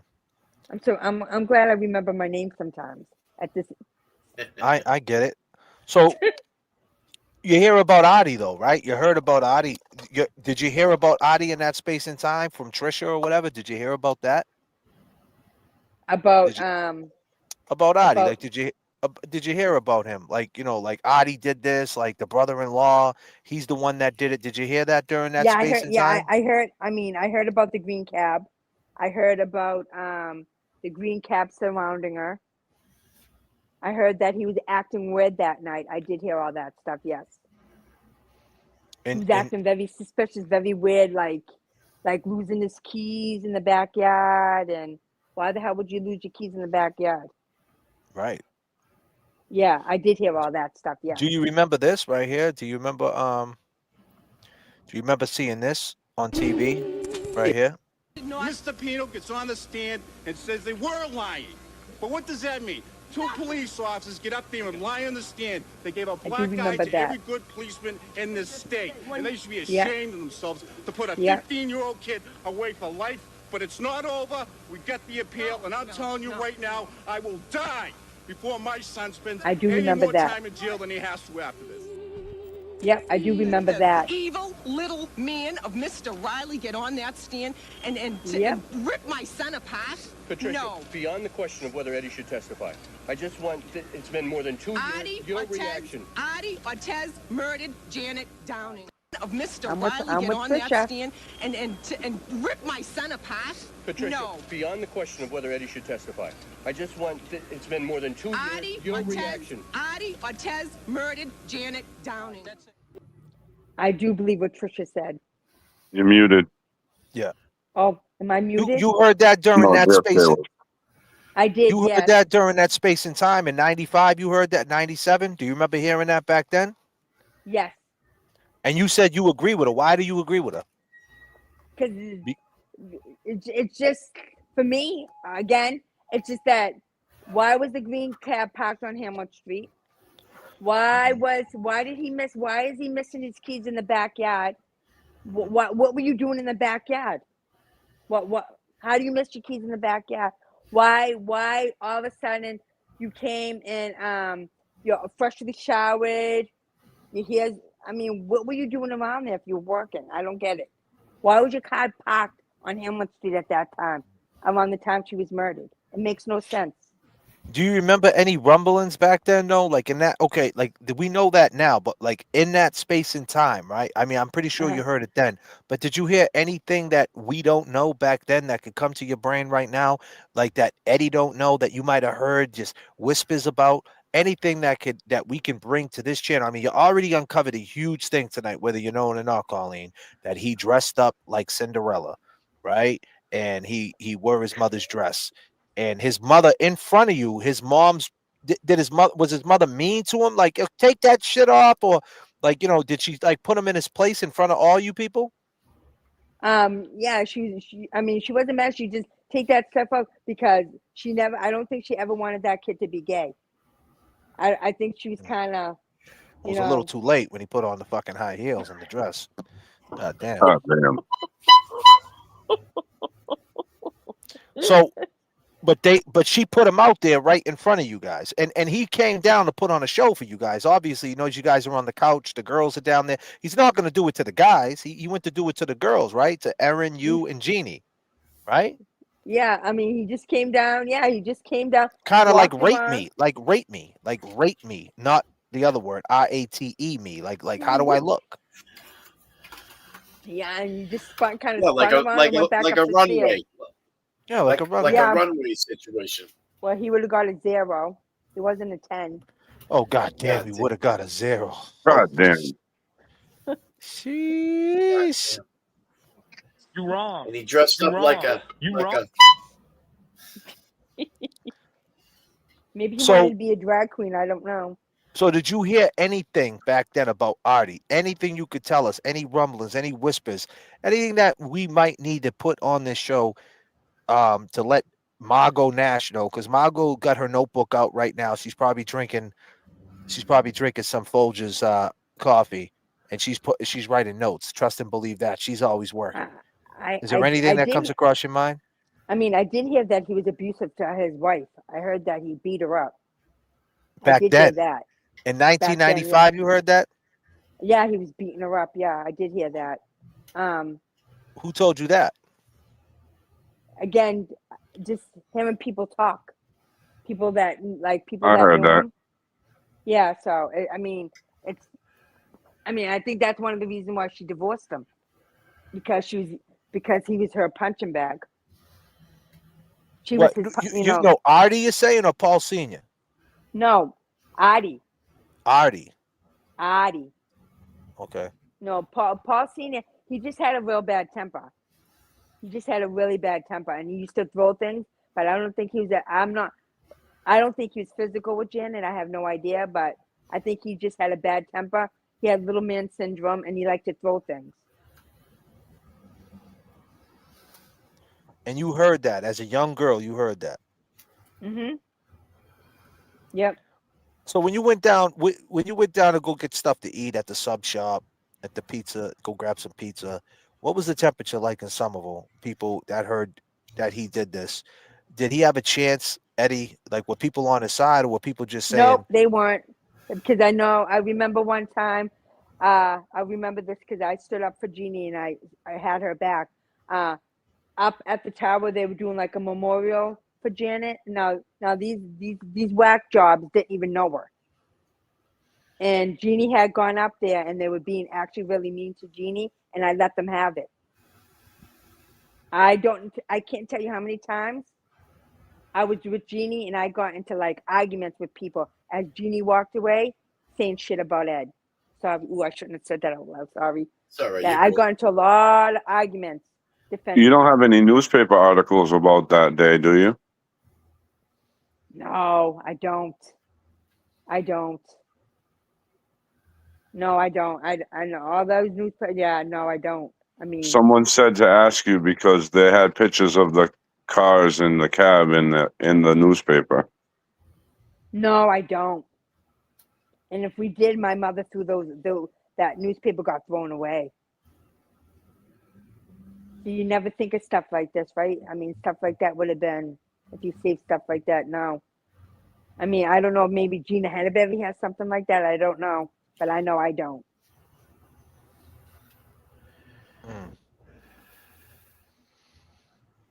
So you heard that in 1995 without a shadow of a doubt. You're saying right now, 95 to 97, in that window of time, you heard that Adi Ortiz was beating up his wife in Janet Downing's house.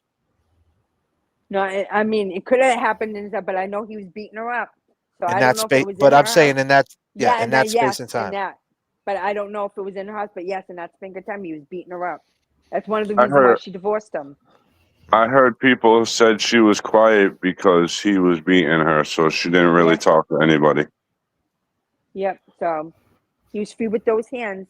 Somebody needs to give him a beating. Yeah, you ain't kidding. Tell Did him, you ever Kevin see? Kev. Did you ever see Adi walk the dog? No. No, I've never seen him walk the dog. Who walked the dog? I think it was Ryan. I think it was Ryan or Paul. I don't remember. I think it was Ryan or Paul. Sometimes Janet did it too. Did Janet like the dog, or was it the Yes. boy's dog? No, Janet liked the dog. I think she got it for the kids, but like Janet liked the dog. He was always with Janet, like when she was in the house and stuff like that. But I know the boys walk the dog sometimes, and I know Janet did too. I think she got it for the kids. Did you ever hang out at the time when Janet was with Paul Sr. when he was in the picture? Trying to remember because that's like a long, long time ago. This would have been I would have been a little kid. I mean, I remember the. Do you think the I dog think was around? Was the dog around with Paul Sr.? Or did she get the at the dog time after I she know left? once Kind she of, divorced him. Once she divorced him, I don't think he ever really came around once he divorced. Once she divorced him, I don't remember him coming Keep around. in mind, Maybe he to pick up the remarried kids. too. He Right. remarried too, Kevin Kev. Yeah. yeah, I was So just I don't wondering if she remember got that. the dog. I was wondering if she got the dog No, he was to when she replace got the the little dog. She man. was You know what already. I'm saying? Like Oh, I see what you're saying. Right. to have a little, protection in the house. Maybe she figured she'd get a She, dog. He'll bark when someone comes to the door. but I think they were divorced a while before she got that dog, though. I think it was a Okay. couple of years before she got the dog. It wasn't right away. I think it was a couple of years after they got divorced. Because we were trying to figure out where the dog went. Now, if Paul Sr. was around when they had the dog, now something happens to Janet, I could see Paul Sr. taking the dog back. But I mean, we were kind of trying to figure out where this dog went after the, I'll be if the honest with kids you, never I came don't back to know. the house. That's If funny. the I kids don't know never whatever came back happened to. Yeah, I don't know what happened to the dog. That's a good question. I don't know what happened to the dog. That's actually a good question. I don't know what it's a shame he sounded ever like happened to. Yeah, I am not sure. That is a very good question. I am not sure what happened to the dog. So you still stand on that Eddie O'Brien didn't do this? What Yes. if Eddie O'Brien's playing you and he did do this? Then shame on me. But I don't believe he did it. Why is it But you for the last 30 years the kid's kept the same story? He's never changed his story. believe he walked down the street, right? I do believe he walked down the street. Right. No, he walked down. So he came running out the bushes, right? Uh-huh. He doesn't run back to his house. He goes to Burger King. And then he goes to Union Square and he gets jumped by an Hispanic person and a black person. But the thing what happens is they say, you seen my face, and that's why they cut him. You believe that story? You believe that's how he got cut? You believe that thing happened in that period of time, like that coincidence? I mean, I have no reason not to believe it. And let me ask you this. Go ahead. If then Eddie said he wasn't in the house. He had a chance to say he was in the house right then and there, right? So if Eddie, knowing Eddie, right, he was lying at that point. He didn't want to say anything. But if the police wasn't investigating Eddie and Eddie never got cut on his hand, let's just say Eddie never got cut, right? But he got jumped and he never called the cops that night and they had no suspects, but Eddie was in that house. Do you think that Eddie, sooner or later, based on the presence of mind of Eddie, Eddie, do you think sooner or later he would have came forward and said, I was in that house and somebody put a knife to the neck and kind of described the person who did it? Or do you think he would have kept that secret? You know what? I mean, he's 15 years old. I mean, I wonder eventually maybe he would admit to it. But I think at that time, I think he was in shock, and I think he was scared shit, and he was 15. But I'm saying if he never got the cut on his hand and 911 ever got called, but everything's the same, I don't The know. story's I'll the be same. honest Do with you you. think that? But I'm saying, based on you knowing Eddie, he's a truthful kid. He's a good kid. Do you think Yeah. that he finally would come forward and say, "Hey guys, I was in the house, and a guy, I know what he looked like. I know what it is." And why don't you think Eddie, if it was Artie and Artie's this guy, why don't you think Eddie just said that Artie's the one that did it? Again, I think because I just think he was scared. I'm not in his head. I don't know. I'm just saying. I think he was But scared. I'm I think trying to he's talk scared to I'm shit. trying to talk to Colleen, the 21-year-old Colleen, not the 50-year-old Colleen, the 21-year-old Colleen. In that space and time, was there a reason to be afraid of Artie back in 1995? Maybe there could have been. I mean, he was creepy. I'd be afraid of him. I think he You had think that. Do I you think what? Eddie was afraid of him? I don't. He could have been. I don't know. He Do could you have think been. Eddie was you think Eddie was afraid of Cinderella, Paul?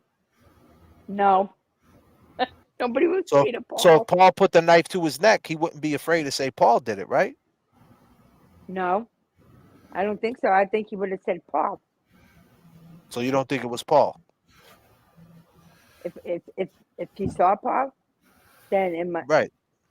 Yeah, so it probably wasn't Paul. So you think it was Artie? I do think it was Artie. Artie, I just deep down, I do believe it was Artie. Just So let me spin Do you this think he around. would have said if it was Ryan? What's that? Do you think he would have said it if it was Ryan? He could. He would have. I think he would. I think it was Paul, or if it was Ryan, I think he would have. I think he would have. So let me Or he would have said, "What the hell are you doing?" I don't know. Yeah, but I think he would have. So let me take this all the way back. And this is the last question that I have for you. Who do you think killed Janet Downing? I think it was Artie. Artie had a grudge against her. It was Artie. He had a grudge against her. How do you know this? Again, from stuff that I heard, and I'm just gonna say, missing stuff out of the house, things being moved around, things being stolen, stuff that she said to Gina Henneberry, and I believe Gina Henneberry. Gina Henneberry is not a liar. I believe Gina Henneberry. Who's Gina Henneberry? I never heard that name. Gina Henneberry. No, we haven't heard her. Who is She's the neighbor. What neighbor? She's the neighbor across the street. Not Mahoney. Did I say Henneberry? I'm so sorry. That's her. It's Mahoney, but that's her maiden name. Sorry, that's her maiden name. Mahoney's her married name. So Gina Mahoney. Henneberry's her. So let's talk about Gina Mahoney for a second. So you know Danny, right? She was a little younger than you, right? Yeah, I do know Danny. Yes. So Danny, was Danny a troublemaker? No. How about her older sister? Pixie had a lot of trouble. Pixie. Well, Pixie was hanging out with Artie. Yeah, Pixie had a tough life. I would just say that. Pixie had a lot of problems. She had a lot of problems. God rest her soul, she had a lot of problems. Oh, she passed away. Yeah, she took a heart attack. Yeah, she passed away. Oh, so that's God why I'm bless. saying God rest her soul. She had a lot of problems. I understand. She meant well, but she had a lot of problems. Remember, I asked you if I can send her that video clip because her daughter was in it?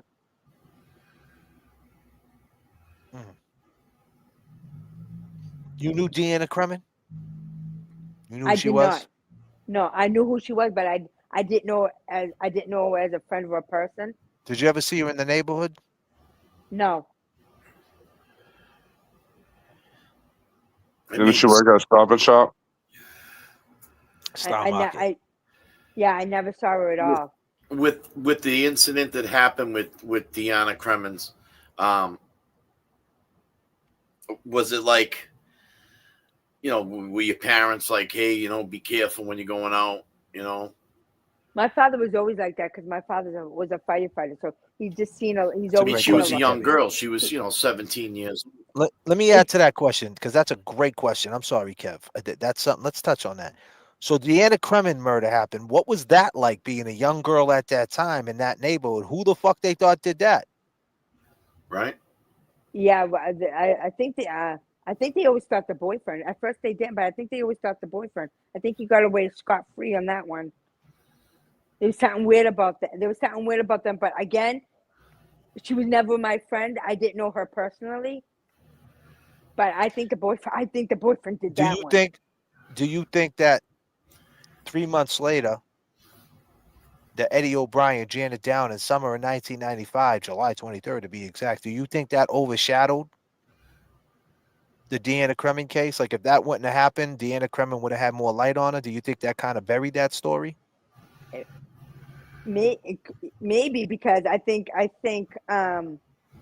Ed's case was a little. I think it was a little more. I would think it was a little bit bigger. There's a lot more to it, and poor Diana. I mean, nobody know. I mean, it was kind of like still an open case, but they had They really raped no her. leads. They They raped did. her. I know.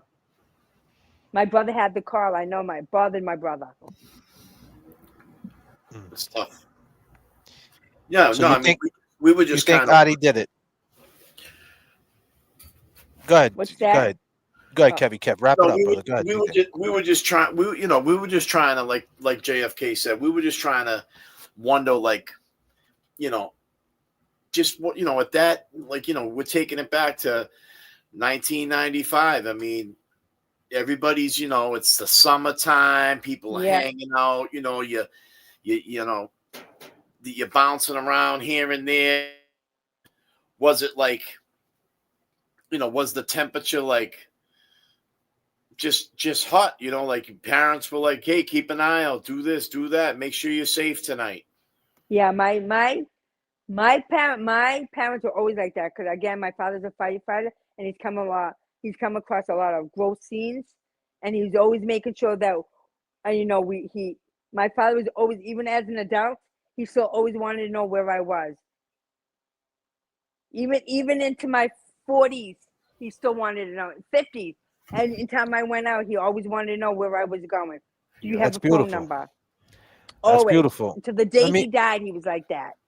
Let me say this in closing with you. Do you know who Karen Reed is? I do, yes. Well, they said that Karen Reed was weird because she talked to her dad in her 40s. You're saying now that's what some people do with their dads? Your dad was like that? Your dad was overprotective of you even in your 40s? Yeah, like that. He always wanted to know where I was. If I went out, he wanted to know when I was coming back. Made sure that because his way was, if something happened that he needed to come get me, he would know where I am. That's That's just how he awesome. was. He's always been like that. And I'm never gonna begrudge him for that. He was always like that. That's fresh. I I like had that. I had one other question. Maybe I could just ask you. Uh-huh. Out of the say the group of friends that you hung out with, no one had a cell phone. Anybody have a, did anybody have a pager back then? Michelle allegedly did. I think Jeannie did too. Yeah. There were cell I phones think back I then. think yeah. I'm I just mean, wondering in but that they were crew, like. like. I think, but the pages were big in like the 90s. I think Jeannie had one. I think Jeannie had one. Yeah, they had the cell one. Remember right there in the middle of Wellington, like in the circle, they had the cell one booth right between assembly Yeah. and remember in that little Cappy's parking lot. Free Yeah. after Remember 9 they had o'clock. they had the cell one. That's where everybody was copping the cell phones back then. Right Yeah. there at Wellington. Keep in mind, Kevy's a little younger than us. He was playing G.I. Joe still back then. Calm the fuck down, Kevy Kev. I'm Kevin a Kev year was old. like, Kevy I'm a Kev was year looking for older than Storm Eddie. Shadow. Were you still in diapers? Oh yeah, I forgot. Kevy Kev is my bad. I was thinking James. James is like 44. James was playing with Storm Shadow. My bad, Kevy Kev. Goddamn. Wrong. I got a year on Eddie. Yeah. So let's say this. So in closing, you think Adi Ortiz did this? Yes. And let me ask you one more thing. Do you think Karen Reed's guilty or not guilty? I don't think she's guilty. At the beginning, I thought she was until I actually started paying attention to it. No, I think that poor girl was set up. Well, you know what? Let me give you a parallel. Blame it on the kid. blame it on the girl. Yeah. Let me give you Right. another parallel. There's a guy in Norfolk County. His name's Morrissey, and there was a guy in Middlesex County. His name was Riley. You know, and God bless Karen Reed. God bless John O'Keefe, R.I.P. John O'Keefe, R.I.P. Janet Downing, because John O'Keefe's doing God's work. Because if it wasn't for this case, Karen Reed's case, I don't think anybody could believe that Eddie O'Brien got framed up. Oh, I know. Oh, believe me. Yeah, especially in Massachusetts. Especially Well, in Massachusetts.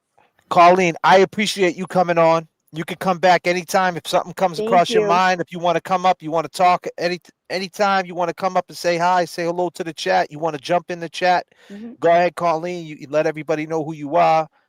You come in the chat will embrace you. It's a fun place to hang out. We're trying to go to episode 1000 with this Eddie O'Brien. We're at number 31. We're just getting started. I appreciate you sharing everything. It's brave to do it. You're great. Merry Christmas. Merry Christmas to you guys. And I appreciate you. Thank you. Thank you for coming. Anything for Ed. Anything for Ed. Anything for Ed.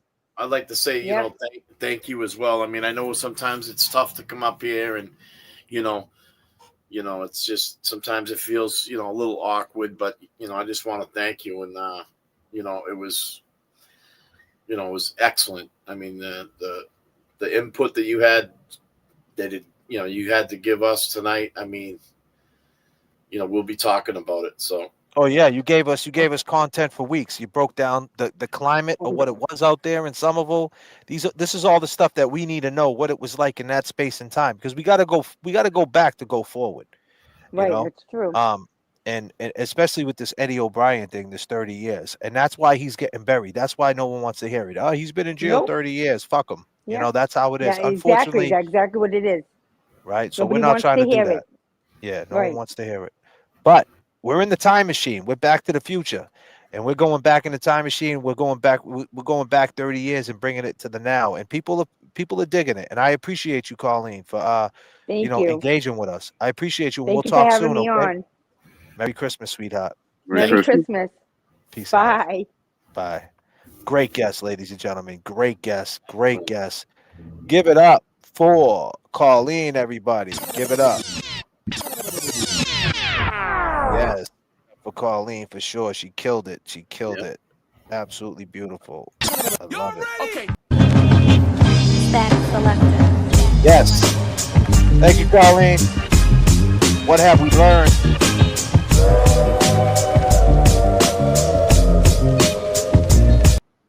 I'm be going over them super chats right now. We got turbulence in the chat. I appreciate everybody dropping that turbulence.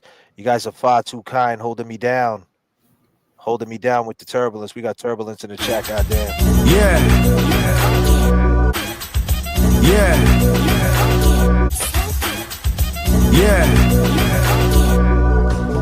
Turbulence in the chat. Turbulence in the chat. Can you hear me? Can you hear me? Boston. Static Turbulence in the selected. chat. Turbulence in the chat. Boston. We got some turbulence coming through. We got Becky coming through with 1 JFK membership. Thank you so much. Goals in different area codes. Thank you, Becky. Renee, goal in the 386 via the 617. Cynthia, my girl, making it right for us with that $5. Goals, peace, love, and peace. Becky G, once again, was she familiar with the guys that Eddie worked with at Midnight Convenient, and did they seem like they would tell him to shut his mouth? Well, goddamn, Becky. I wish I would have seen that. I wish I would have seen that. Becky always with the good question. Next time, goddamn, Becky. You have to throw her a link. Yeah, we're gonna have to. Goddamn, Beck. $49.99. Thank you, Terry, so much. Best place ever. I think beat place. I think she meant best. Best place ever. Love to the mods in the men here. Thank you so much, Terry. That's so nice of you. Madeline coming through. Wags. Love to Colleen for coming up tonight. Amazing work you are doing, JFK. Kevy, Jason, Brill, shedding light and truth to this darkness. So much love to you all. Justice for Eddie, justice for Jennifer Shaw. Free Kelsey coming through because maybe he wanted her dresses too. Maybe. E-Pags, goddamn. I'm at Marlins, Does she remember which engine her father was on? My dad was Somerville fireman from the 60s to the 2000s. Wow. Goddamn. Sorry I missed that, EPAGs. She's been a member for 13 months, Rose D. This is like Joe Rogan conversations happen. I appreciate that. Lisa McDonald, my girl. I had gone out one day, bought me a very, very sexy dress, and opened up my closet, and it had disappeared. Lord, I hope the man is not wearing my ooh chow. Disclaimer. God damn, what a disclaimer. Thank you so much, Lisa McDonald. Law talkers, make the chat green and stop telling JFK what to do. For sure. God damn. I'm just a human being. All Sorry, I green. was riveted. Got to make the goals. Free Kelsey again, dropping $5. She says you get another super chat just for that little rant. Yeah, JFK can rant sometimes. TJ Colleen said someone heard screaming in the house. Who heard that? Was that just a rumor? Rose D gifted 5 JFK memberships once again. Rose D, thank you so much. Norman Corey, what newspaper we could go look in the archives? Probably the Herald or something, right? Free Yeah. Kelsey with $9.99. Hey, Colleen, thank you for coming in. We appreciate you. Did Adi have a trans nephew that is unalived? God damn. Kevy, hit her with that real quick? Damn, son. God damn. Oh, man. Bongu 258 gifted 10 JFK memberships. God damn. Thank you so much, my brother. Becky G. Colleen said her brother hung with Ryan and went in that house too. I'd be curious to hear from him too. Yeah, that's Jay Brill is already on it. I had this girl from Boston with $5. Thank you so much for all the turbulence. I appreciate that. Go ahead, Kevy Kev. Break it all down. Like, what do you see? What are you feeling? What you take away from it, Kevy Kev? I'd love to hear from you, buddy. You know, I mean, Colleen's, like I said, Colleen's input was, I mean, she took us back there, she took us back to 1995, and, we kind of see how that little clique operated, I mean, seemed like they were all pretty close. I mean, you could come and go inside the house and stuff,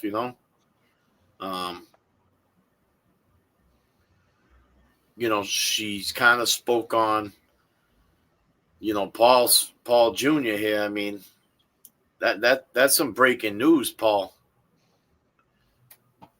Paul, that's some breaking news. I wonder if he ever mentioned that at the disposition that he told me about.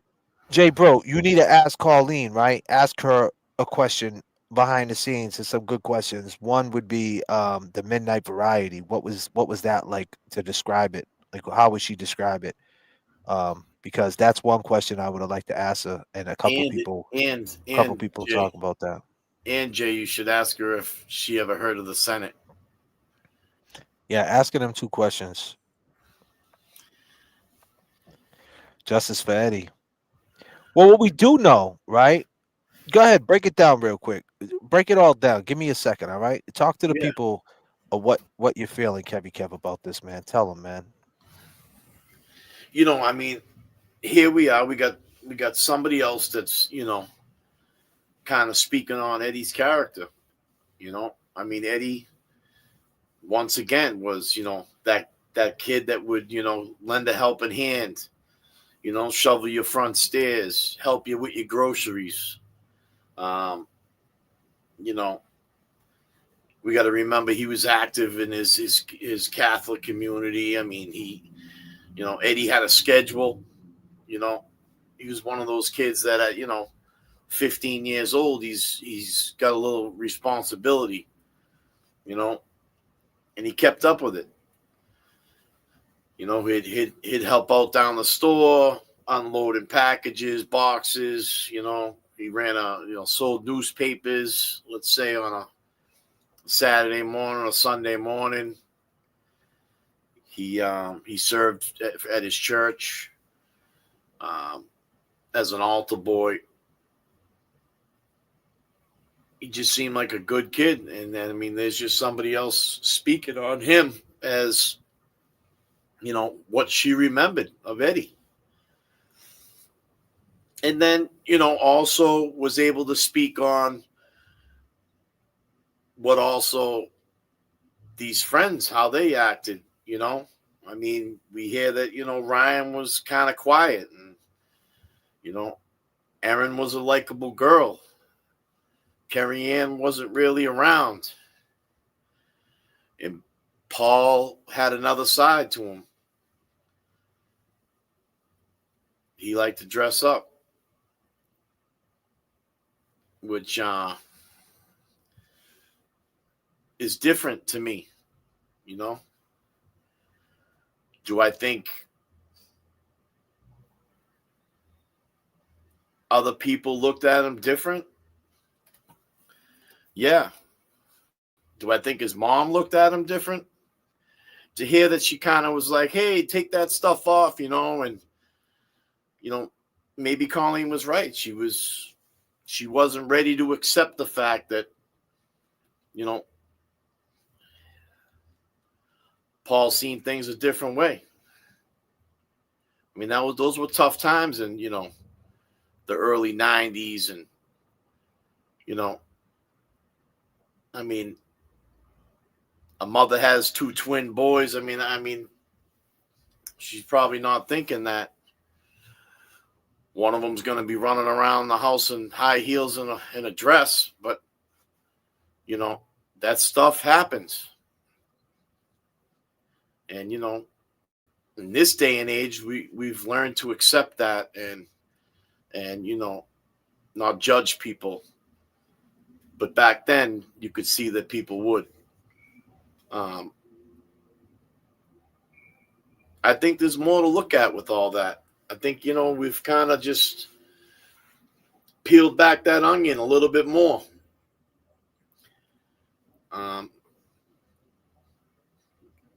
She spoke on Addie.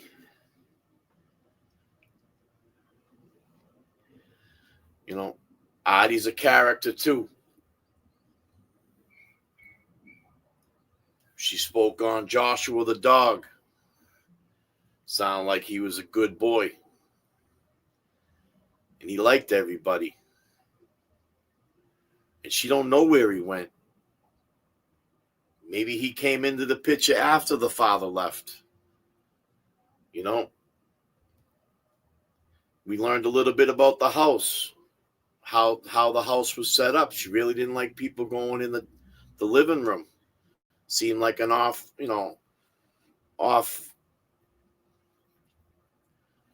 you couldn't go in there, off limits. Don't go in there, Was there plastic on the couch, Mike? I mean, she didn't want the sofa getting ruined. She didn't want kids, eating chips and playing video games on a TV. The bunny ears. She might have had bunny ears. Didn't sound like they had AC. Those windows could have been open on a hot day. Why didn't anybody hear something? Colleen kind of mentioned that, there was rumors. That's the craziest thing, man, that no one heard anything. And when I think about that, JFK, you got to think of that street, Hamlet Street. That's really where all the windows all the way down to the kitchen. If anything happened from going in that foyer, taking a left into the dining area, or that little kind of dining room area, then taking a right to the kitchen or like that, I would say it's like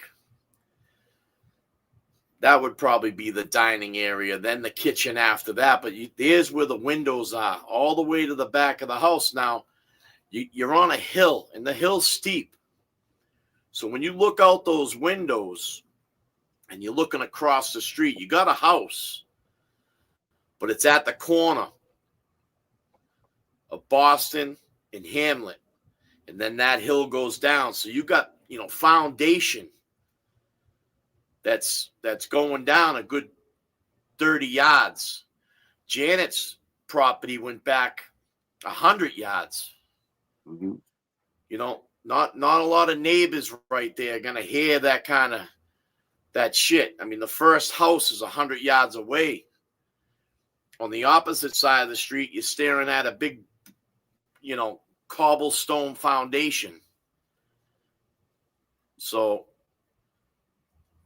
when they say that, there was rumors of screaming, or could it have been hard to hear? Yeah, I would think it would be. I just want to tell everybody. I just put this up. Sorry for the crabby rant. Trust me, I'm going to piece it all together. Because when I was asking all them questions, you got to understand, I've been interviewing people a long time, and she just wants to talk, right? And that's a great thing because we love to talk. If you didn't know, if it was up to me and Kevy Kev, we would go live all day, right? We love it. Goddamn. And she was a great she liked to conversate. So I don't think the reason why I was asking her some questions, I feel like I could just pick up her vibes as some of the questions weren't landing right. So I would just try to follow up with another one.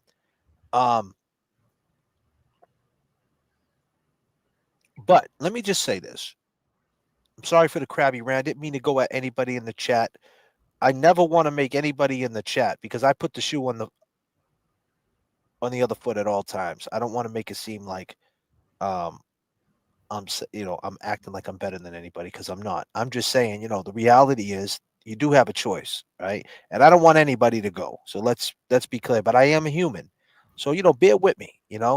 There's a way to go about it. I feel like we don't have to tolerate fuckery, right? I understand it's freedom of speech. You guys can have any opinion you want in the chat, and I get all that. But that doesn't mean I have to tolerate it. You see what I'm saying? So I get all your opinions and I appreciate it. But if I don't like them and they're coming off rude, and that goes for anybody, you don't have to tolerate bullshit. And I'm not saying anybody in the chat was doing that. I guess I'm ranting again. But my point is there was a method to this madness. And the reason why I kept asking these questions about this movie, this fucking movie. Exactly. Right. And Kev knows where I'm going with this. I do too. And Jay Bro, this movie is a big thing because they just said they don't know nothing about this movie. These are teenagers. This movie came out in their era. They weren't talking about it. They weren't like, hey, did you see this movie? Because this would be a big thing. This is no different than a Jake Paul fight to the young kids. They're all waiting for Jake Paul to fight homeboy Joshua. Like, you get what I'm trying to say? It's like it's their time. This movie came out. You heard about it, but it wasn't something you spoke on or, and you didn't hear Eddie talking about it or Ryan. It wasn't a conversation, and it would have been. The movie theater is where you go back then. That's what you did. You didn't have Netflix, and we all know that. We're all old enough to know how the shit went. So we got to stay focused on that space and time. We got to stay focused on 95. We got to stay focused on that space and time because that's when it happened. Eddie been in jail for 30 years. It doesn't make a difference what he's doing now. It doesn't make a difference if he can do 200 push-ups straight. Nobody gives a fuck what he's doing right now. Everybody cares what happened in that space and time. And we got to go all the way back. And me, JFK, me, J Bro, Kevy Kev, we have to figure this all out and piece it all together. And you guys got to understand, we put a lot of work into this shit. We talk about it all day long, trying to figure out, because we don't want to get this wrong, ladies and gentlemen. She got stabbed 98 times. We can't get it wrong. Can't get it wrong. But let's get back to that movie. Where did that come from? They're not talking about that movie. They went inside his house, flipped over a paper, and see Natural Born Killers, right? But it wasn't the movie. Ironically, the paper. That's right. It wasn't the movie, right? I'm piecing it together, man. I got the fish wire, man. We going. It wasn't the movie. It was two guys who killed an older gentleman, right, or something like that. But allegedly they put in the headline for clickbait, Natural Born Killers, because that's what was relevant back then. That movie was causing waves.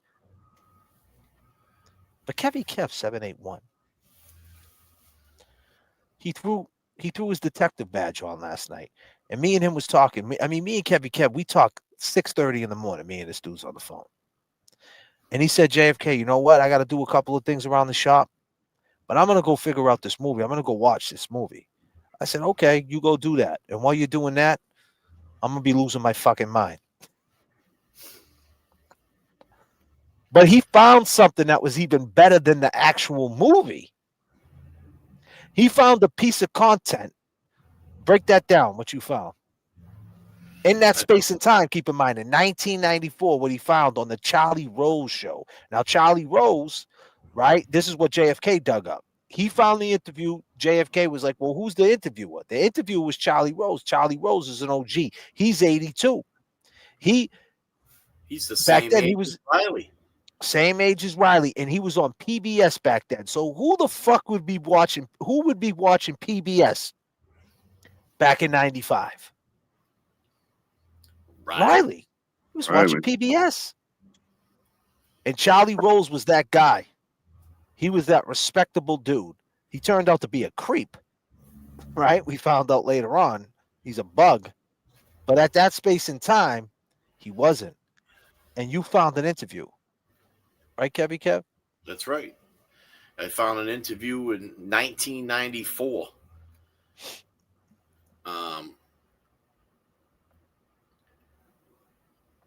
It was with the producer of the Natural Born Killers, and I'm gonna get it. Oliver Stone. Oliver Stone. Yep. And he got interviewed about, the makings of the movie. And another famous producer had wrote this story, but he just never, ever could, put it to the film. He had mixed thoughts on it. So Oliver Stone, he paid good money for this paper. And he put it to the theater. And, he spoke on how it affected the communities and how it related to the communities, because he spoke about how the early 90s, right up until the 2000s or 90s, like 90s, 1995, how it was progressing about, the violence, that generation. You had the two brothers that killed his family. You had, You had the Menendez brothers. You had the Menendez brothers. You had the woman who chopped off the dude's prick, right? You had he was talking about how messed up the world was. But here's the thing: the wordplay that he used was the exact wordplay that he put a theme. Riley put a theme to this trial, and I'm telling you right now, based on what I hear in this interview, it sounds like he listened to this interview and he used his wordplay to make that the theme of Eddie O'Brien, the sexual sadism. That's right. He highlights. It seemed like what I'm saying is, it seemed like when they found the newspaper of the Natural Born Killers and the police brought that to Riley, like, hey, we found the paper, and in the paper we found the article was connected to the murders of the two kids. Right? And Riley is trying to figure out how this can connect the dots. So, but in the bold letters, Natural Born Killers, he must have watched this interview or watched many interviews, or was just maybe fascinated with this movie. Maybe he was fascinated with the fucking movie. And he was like, bingo, that's the theme. That's the storyline. That's the storyline, sexual sadism. This is where the narrative got built up. This is where the play in motion, got developed right here. Check it out. Am I supposed to comment on this? Any of it. Go right ahead. No, I think it's a film, I think, honestly, that you love or you hate. I say that's true. I think there are certain older folk that are just not going to go for it. And I think there are Older some, folk won't I go think for it, some as of if the, there's going to be a some of the- generational divide here on this? Some older people, such as yourself, might go for it. I Right. don't know. It depends, you know, if you take this literally, you might be upset. I think the film was intended satirically. I think the landscape that was just, you know, when we started it a year and a half ago, this seemed very surreal, but it sort of happened as we were shooting. Beavis and Butthead were right. This came true. I mean, everything. A woman cut off a man's penis and was publicized for it and acquitted. Two boys killed their parents in cold blood and admitted it and got away with it based on a child abuse. OJ, we have a figure skater that beat up another figure skater and made, you know, national ratings. And I mean, everything seemed to come out into a public display of the private. Everything private was suddenly aired into a soap opera fashion that was fascinating and changed the nature of watching and listening, and in fact a culture of surveillance. I mean, culture of gossip. And I think that is what our film was dealing with, and it just, I mean, what we shot became real as we were shooting it. It began as satire and became In a what? sense, and became, I guess, more real, less surreal. And to be honest, I think the Mickey Mallory story, which we've described, could happen any day now. It could happen, and it would happen. These kids would be all over the newspapers, People magazine, they'd be the heroes for a couple of weeks, and I think that they would vanish. I think people would get bored with them, like the way they get bored with any story, and they'd move on to the next case, as is done in the film, as is shown in the film. So I think it's a pretty bizarre place we're living in, the 1990s, and I think it's a century of violence. It's coming to a conclusion. It's coming to a conclusion? Yeah, a conclusion. And what kind of conclusion is it coming to? I think something's going to, you know, it's either going to reach absurdly new proportions, or else it's going to die out and people are going to get, you know, sick and tired of this whole thing, and hopefully we'll move on into more sanity in our, in public, in our television, in our public behavior, and there will be less emphasis on the private, less surveillance. I don't know. You know, you see more of these people than I do, but you live in this world. I don't. The world of what? I can go off and make another movie about another subject, but I think you live in this culture of surveillance. I mean, you live in gossip. You know what what do you think?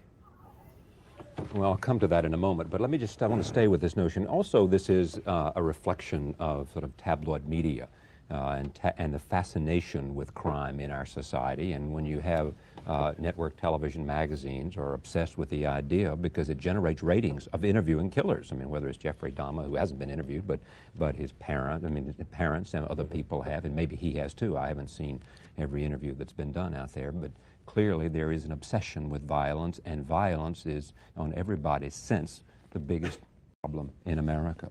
What drove you to do this? I mean, what brought you? What was it about your own sense of it that led you to seek this out? Because if you look at the movies that you have chosen, J.F.K., Vietnam, Born on the 4th of July, Wall Street, you know, some, there seems to be what? Well, I think, you know, I think I tend to reflect what's around me. I mean, I'm sort of a bit of a circus mirror. I walk around, and in this case, I was really trying to have some fun. I was trying to relax. I'd done a very tough film in Thailand called Heaven and Earth. Right. True story, classical narrative. And here was a chance to sort of take a look at the road movie genre and the prison genre, which I loved. Papillon, Great Escape, Midnight Express, road movies. And combine the two and sort of, you know, stretch, do a little bit of American muscle car kind of movie, and not be too serious. And inside the genre, play around with the format, technique, try different mixed media. We tried Super 8, we tried video, 35 millimeter, we did animation, we did a lot of rear projection. But we were really playing around with having fun, relaxing. But as it developed, you know, and we were in these prisons in Stateville, Illinois, and all these things were happening on television, it just became a situation that became more real, in a sense like the Wall Street movie, because it was inevitable what would happen at the crash, but when we were doing the movie, Gordon Gekko, all that, by the time we released the film, all of a sudden the crash happened. I mean, and people were saying, like, this is a prophetic picture, it's a social realism, but, you know, that happens if you explore a cause and effect. If you just go out and you try to be honest, and you sort of film what's being done in our society, you go to these prisons, you see the amount of subclasses in prisons. You see mass media building up. You see a mass prison system building up. This new crime bill, if it gets through, is about building more prisons, throwing away the key, putting the prisoners in. The police in the movie are corrupt. I mean, it's a satire, so all these forces are they're pictured broadly. We're not saying that all cops are corrupt or all media is corrupt or all Everything he's saying. Prisons are corrupt, but we are the police in all this that. movie. They are. We're creating a three-headed monster, pillars of the establishment. The establishment is corrupt, and we're positing these two anti-heroes who kill people, who in a sense emerge as purer phenomenon than the corrupt forces of the establishment, which is a very subversive statement, leading, as you know, at the end of the picture to basically a revolution. All right. I gave you all your. Well, no. What I want to do, I want to take that and take a look here. I mean, this is the first clip we'll see. Natural Born Killers. It is going to be very controversial. It all opens on August 26th, directed by Oliver Stone. And here is a clip, and we'll talk more about it and about violence and about some of the things that are around us that reflect the curiosity of Oliver Stone. Here it is. Stay with the controversy for a second here. This is from the New York Times this morning. Exhibitors are nervous too, privately telling studio executives they're uneasy with a movie about two psychopaths on a killing spree and their avaricious exploitation by the news media, which turns them into pop icons. Sure. I mean, exhibitors are over 60. They want the Lion King and they want True Lies. I mean, they always want the sure buck. I mean, I've never seen an exhibit. Very few exhibitors will go out there and back a film that requires. It's the studios making the movie, and they're really behind the movie. As of today, they've told me that they're getting more theaters than ever that they expected. They think it's going to open. Tremendous awareness this week from young male and young female, like way ahead of the way above the average.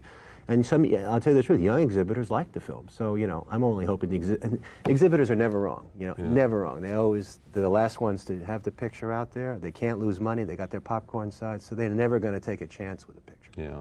That's not the reason great movies get made. Studios get the pictures made, and I got to say, Warner Bros. Backed the picture with me to the hilt, and they're spending a lot of money to open it. They're doing the proper advertising, and I think that they're fully behind it. A little nervous, yeah, because it's a tough picture. Yeah, this is the same piece by Bernie Weintraub in the New York Times. We knew this film would be incredibly controversial, said one Warner executive. We realized that from the beginning. There's obviously a level of concern that it will polarize the audience. It could do that. Are you worried? No, I mean, drama is supposed to be about that. I mean, do we really? I love The Lion King, but not every picture's got to be that. You can't make a film that's always popular with everybody. You got to take your shot. And you piss off some people. Why did you use, I mean, the praise for it comes in part for the technique and for your genius as a filmmaker. It is, as someone said, more of a vertical film than it is a horizontal film. I mean, while that storyline is there, I mean, it just comes crazily at you. All right. Why that? What's the method behind the technique? It came out of J.F.K. A lot of that method. We tried disassociative cutting on it. If you remember, a lot of it. We tried to weave 4 stories into J.F.K. and I think we succeeded in making it a coherent narrative in a complicated film. In this film, I'd say we entered into it, relaxed. We said, let's try new stuff. We're inside a genre that's been done. There's no point in imitating what's been done. Let's try new stuff. Inside the heads of 2 killers, schizophrenic, hallucinatory. They're on the road. They're nuts. At the beginning of the movie, they're completely nuts. They're maniacs with a human face. And they're worse at the end. No, I disagree with you. Where are they at the end? I'm talking about style. So I'm sorry. Okay, go ahead. It's tough. So the style represents what they see, and each time we don't know what's going to happen next in the first 30 minutes, like their heads.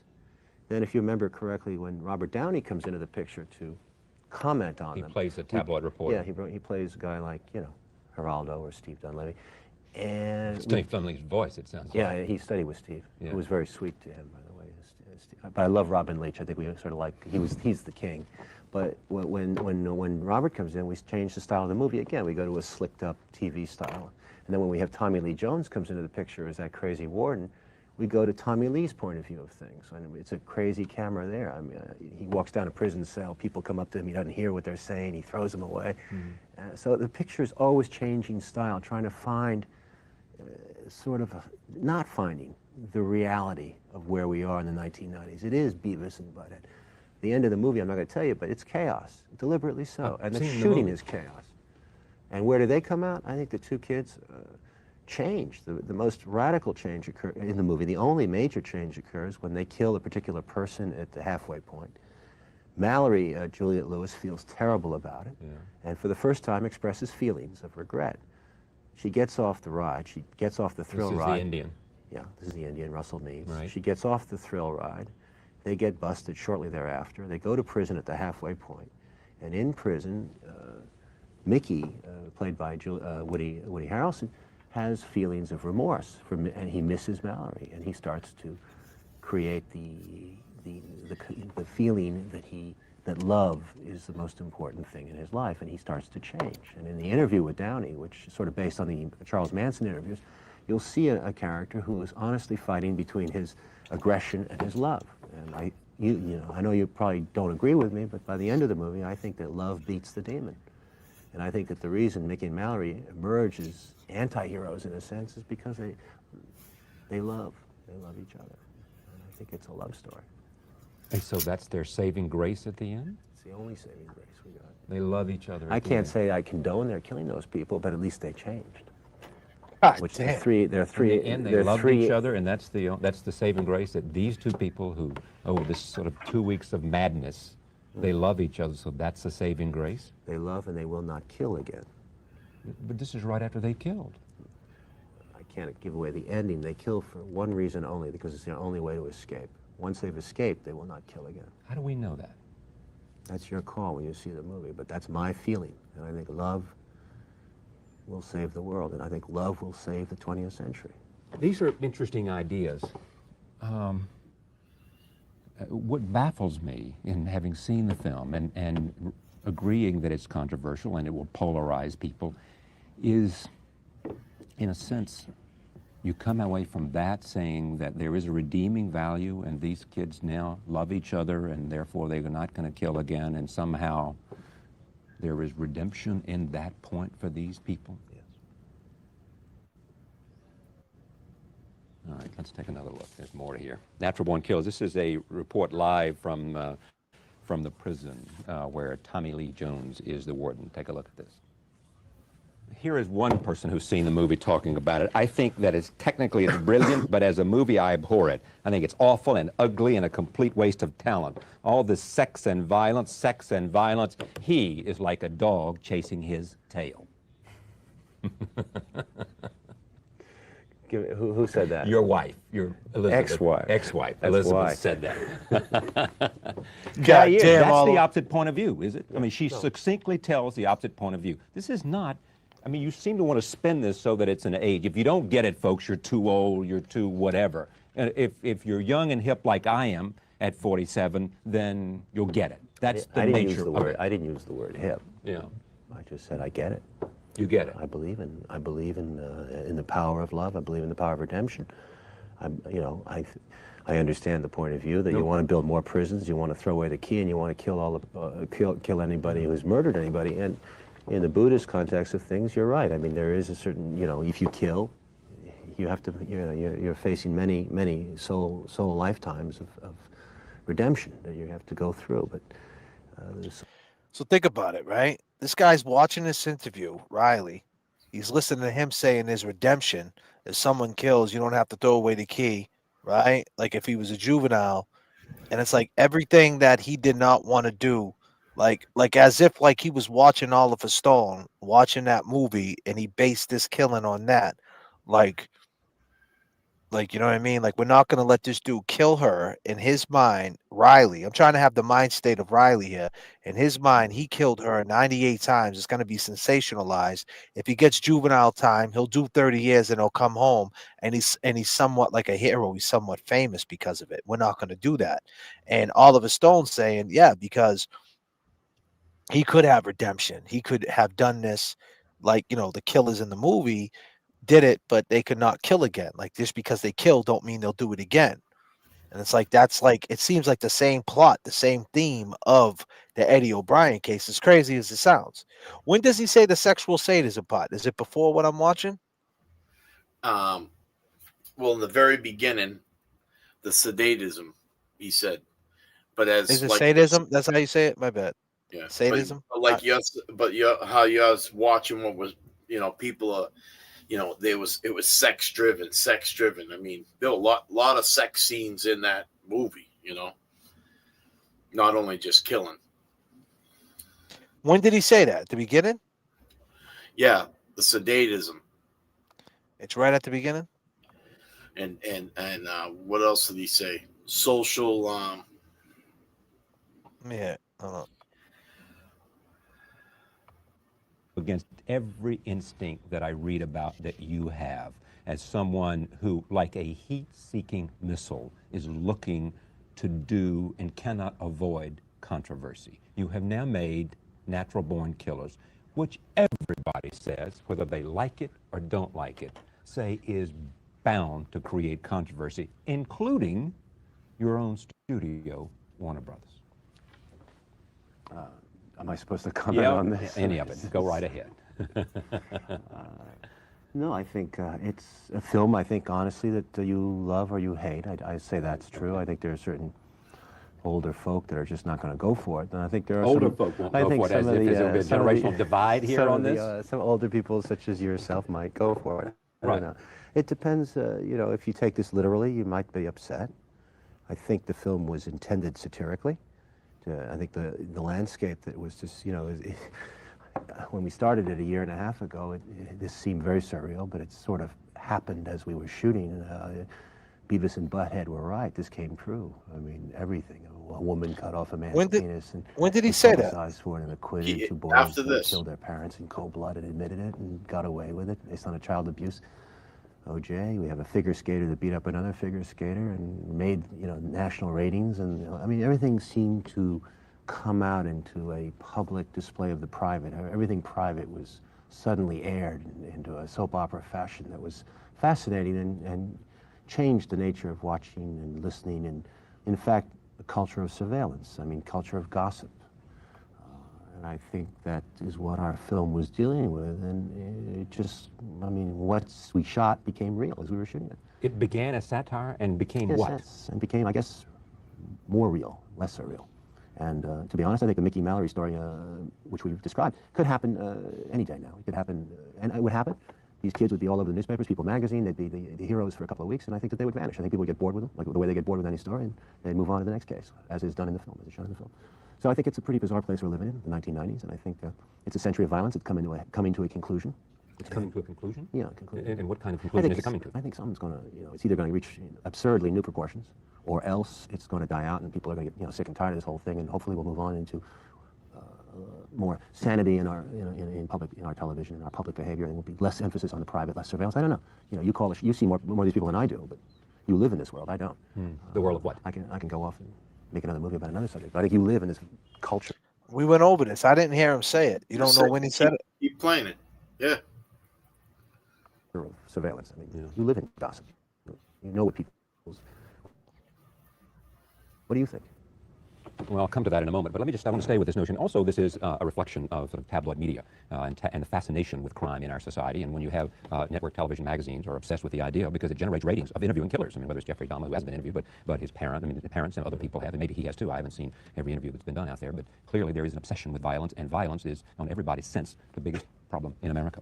What drove you to do this? What brought you? What was it about your own sense of it that led you to seek this out? Because if you look at the movies that you have chosen, J.F.K, Vietnam, Born on the 4th of July, Wall Street, some. We heard all this. There seems to be what? Well, I think, I think I tend to reflect what's around me. I'm sort of a bit of a circus mirror. I walk around. And in this case, I was really trying to have some fun. I was trying to relax. I'd done a very tough film in Thailand called Heaven and Earth, true story, classical narrative. And here was a chance to sort of take a look at the road movie genre and the prison genre, which I loved. Papillon, Great Escape, The Midnight Express. Around with having fun, we heard relaxing. We're saying like we heard that. Natural-Born Killers. It is going to be very.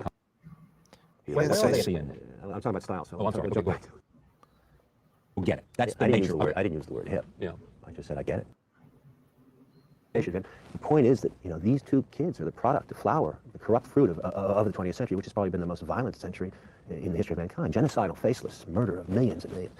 And in a sense, we're all trapped in this century.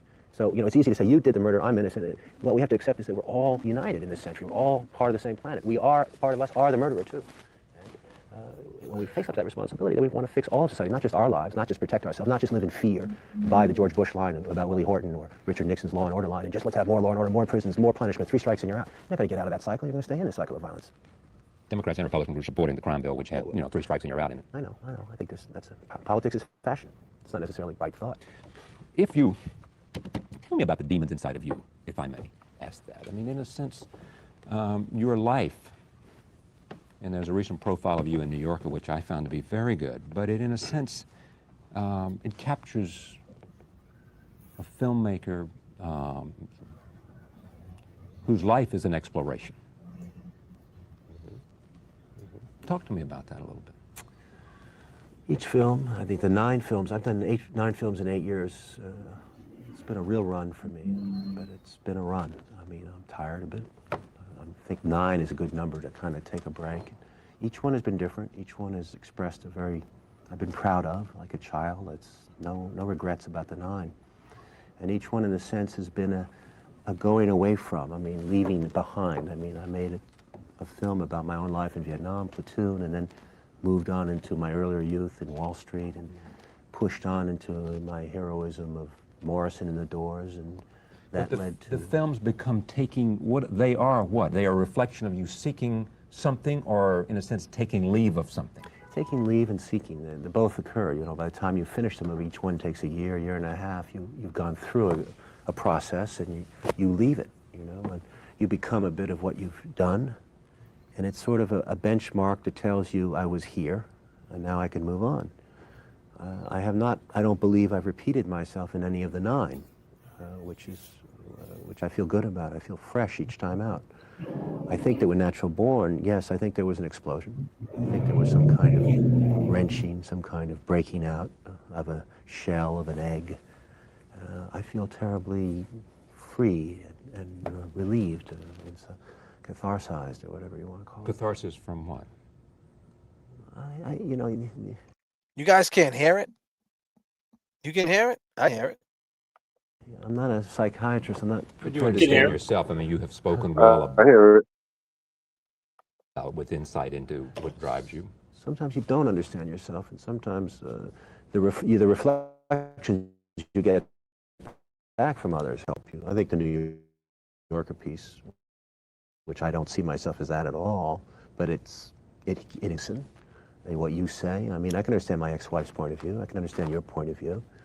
My point of view is I didn't see love in this case as being redemption at the end, and that's a difference you and I have. And it seems to me that there is more of an evil and violence that you, with your gifts, might have come to. You know, but that's a difference. Well, I've dealt with violence. I mean, I dealt horribly with violence on Platoon and Born on the 4th of July. I showed what one bullet can do to a spinal cord, and Ron Kovik's life. You know, I'm aware, very much so, what violence does, and I think we must think about it when you have movies as good as they are, action movies, Speed or True Lies. I mean, you go and violence is used, action is used as just a gimmick to get you adrenalized to keep the project. You couldn't make those movies, could you? No, I can't. Now I just can't. Maybe big I will. commercial films, but you, in the past, could not have done that. You had to be drawn to these kinds of subject matters. There are consequences to violence. If you're an honest person, you can't have somebody get shot without realizing. It's interesting, in Natural Born Killer, you could say that I didn't deal realistically with violence at all. I took it as a cartoon because I'm not interested in that anymore. I mean, I was in Born on the 4th of July, but I'm saying, look, let's not deal with the victims. These kids kill 52 people. That's no joke. That's serious. Yeah, but you created in a cartoon atmosphere in order to accomplish what?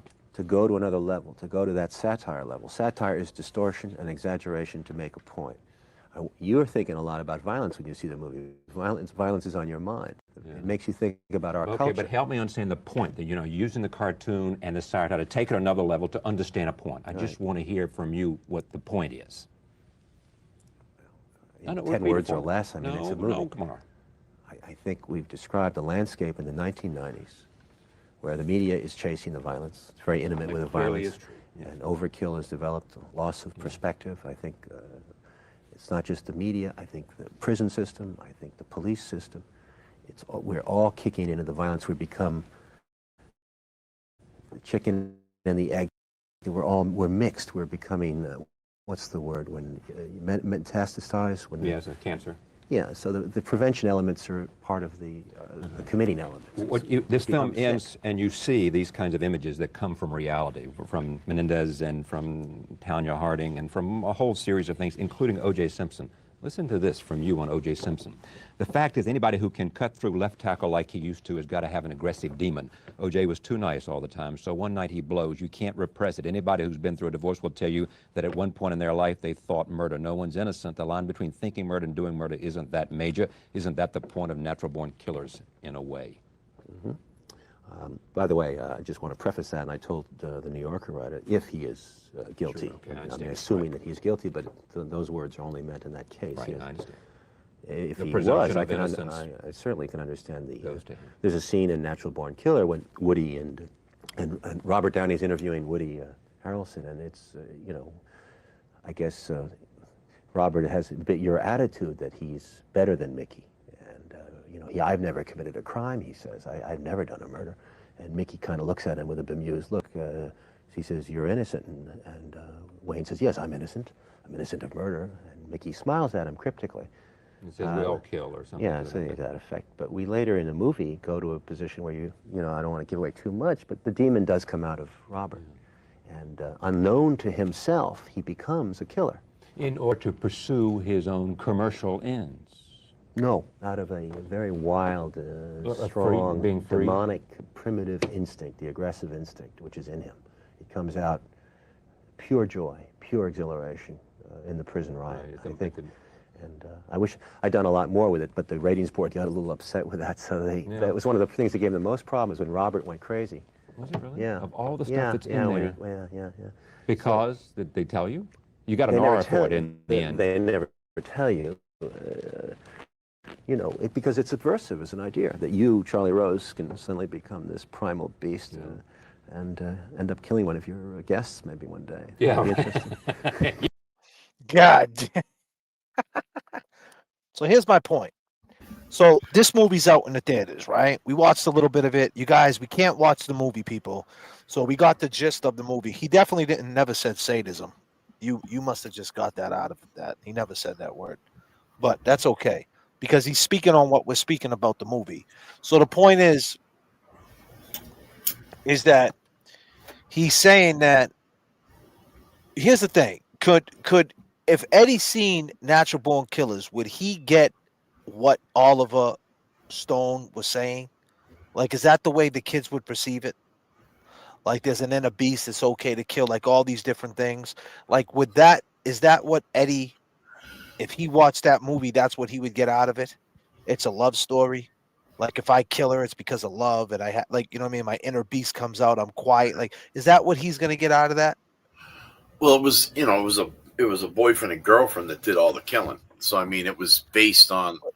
But I'm saying, but still, if you watch the movie, I get it. I seen the movie, but what I'm saying is that, like, the plot of the movie is like, you know, we're all killers, and like you can release it at any time. Yeah.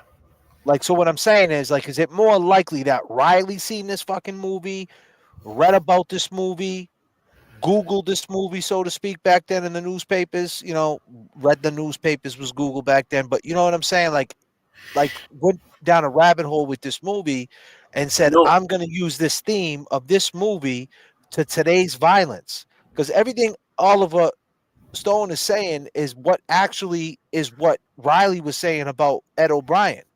Well, like when he says the satire, and that might have been what I got confused on, but that's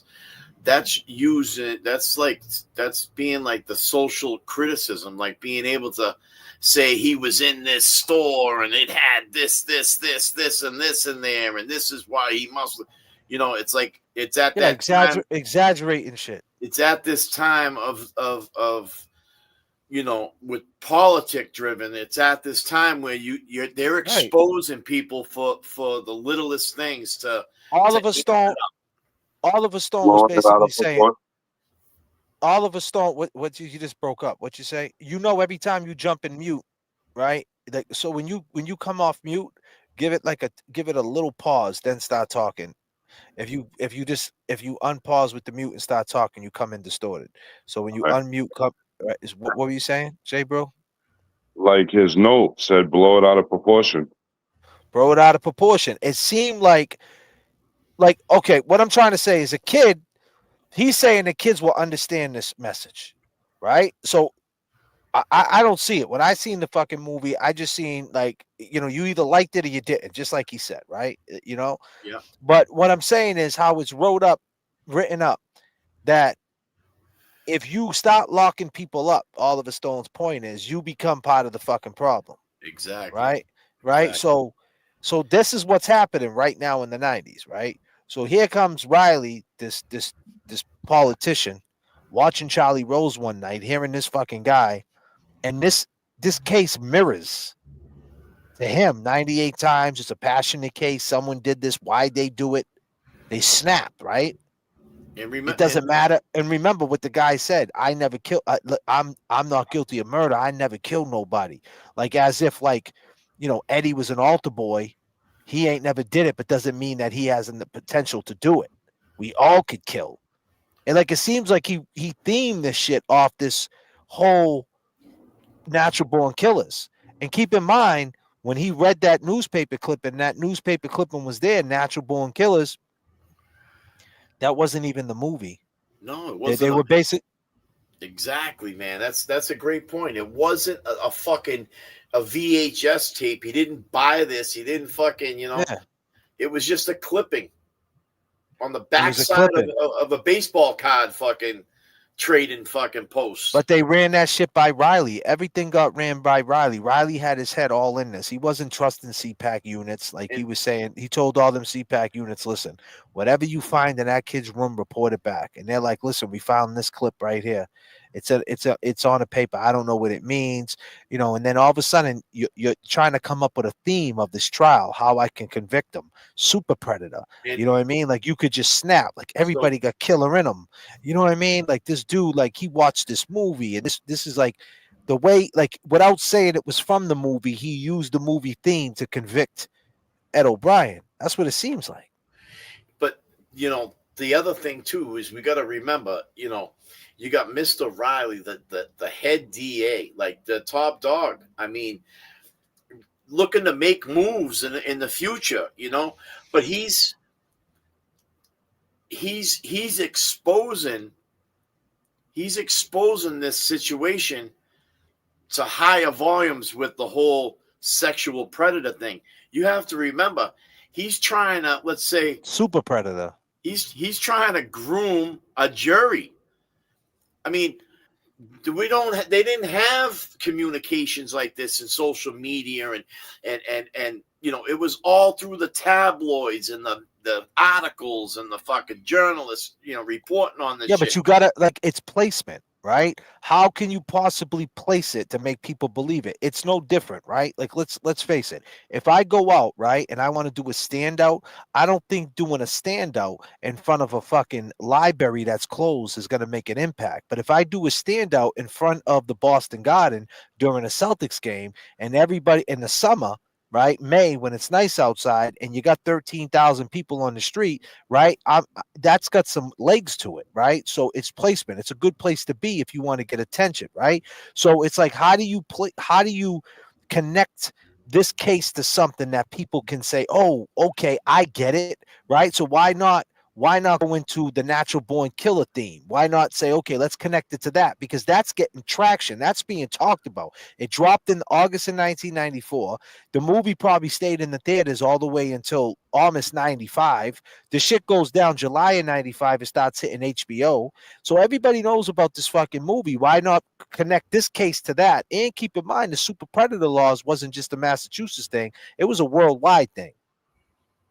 Building the jails. You heard them. 3 strikes, you're out. The whole shit. So Riley's like, listen, I'm gonna take your advice, Oliver Stone, because I'm not letting this dude get out. Because if he gets out, he's gonna become basically what this movie's about. He's gonna become sensationalized. He's gonna be a juvenile that could get redemption. He just snapped. And he doesn't want that. So he utilized this. Like it seems like he was watching Charlie Rose, because Charlie Rose was talking about things in the moment. You know what I mean? This was he talked about all types of shit. And this was Oliver Stone, his creative mind on how to talk about these issues in a way to make people say, "Are you fucking insane?" But there's a point to it. And that's the creative part, right? And that's what makes you great, right? I mean, he's a dark dude, man, to dig into that. But hey, he's trying to sell movies, and Riley's thinking the same way. Like, hey, that's clever. That's clever. You sold that to people, but it's really this. Well, And I'm gonna sell this, and and Riley's it's really, selling an audience. That's right, man. You're you right. know. It seems like he was watching Charlie Rose a lot. What else was Riley watching? What the fuck does possible Riley? I mean, is Riley Charlie Rose? Is Charlie Rose Riley's brother? I mean, they goddamn think about it. Well, remember, Charlie Rose also, he wasn't just a reporter on a stand like that, on a platform. He also was talk radio.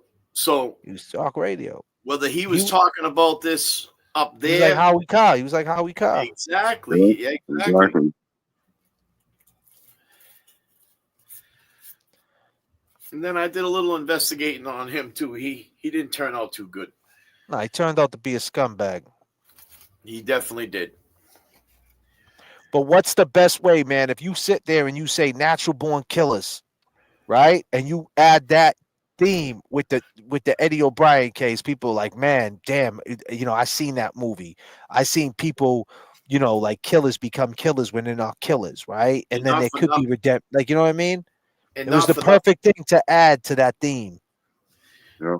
And when Oliver Stone said, it depends on like the genre, like you got the genre, the kids, the juveniles that are going to watch this, they're going to get a different look at it. You got people that are in their 30s that are into gore and horror, but then you got that other 50, 60-year-old people that are like. And then that's a good question. What was the jury?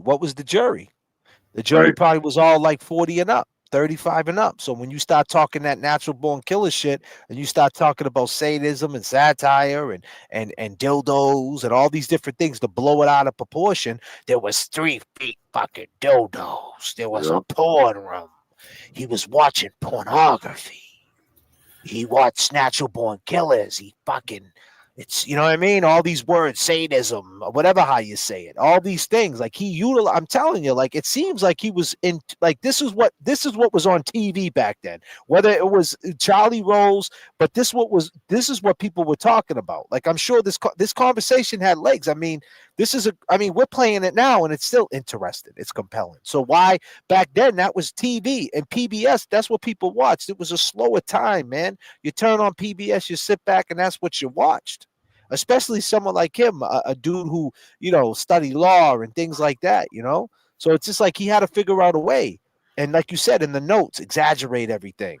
It was like he was on his Hollywood shit, man. Like it was scripted. It was scripted.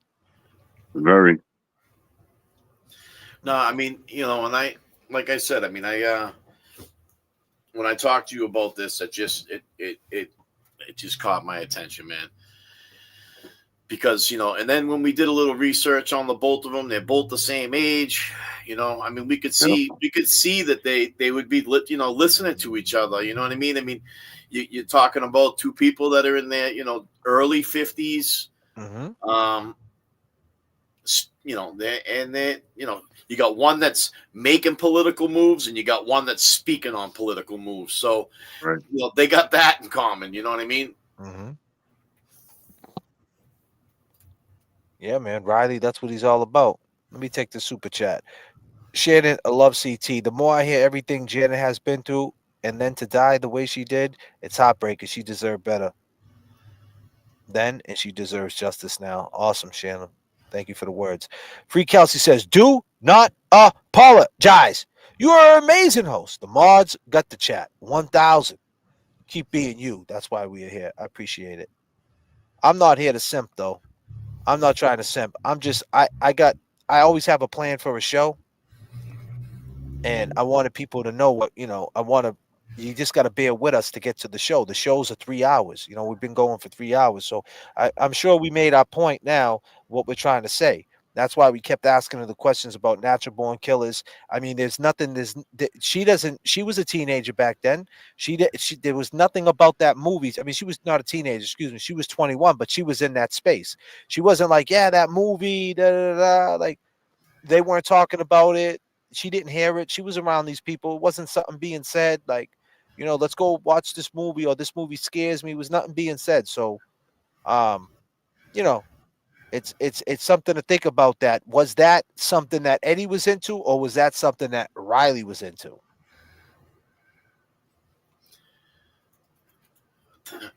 Sounds like Riley was more into it. Question is, was Paul into it? Was Paul into it? Was Ryan into it? Like, we don't know. Like, we don't know if they were into it. That's what I'm saying. Like, the whole Paul thing, man, with the dress thing, that shit makes hella sense. Like, oh, like, did she ever say to Paul, like, with the clothes, like, you fucking weirdo wearing my clothes? Like, you know what I mean? What they call them back then, queers.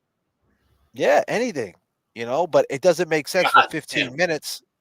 God, it doesn't make sense that 15 minutes that happened, he walked out without a splatter of blood on him. That don't make any sense. So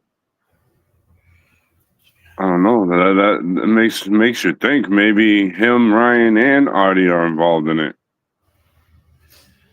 That's what I'm starting to think right now, because I know Ryan has something to do with it. Nothing's changing my mind about that until I see hard evidence that he don't.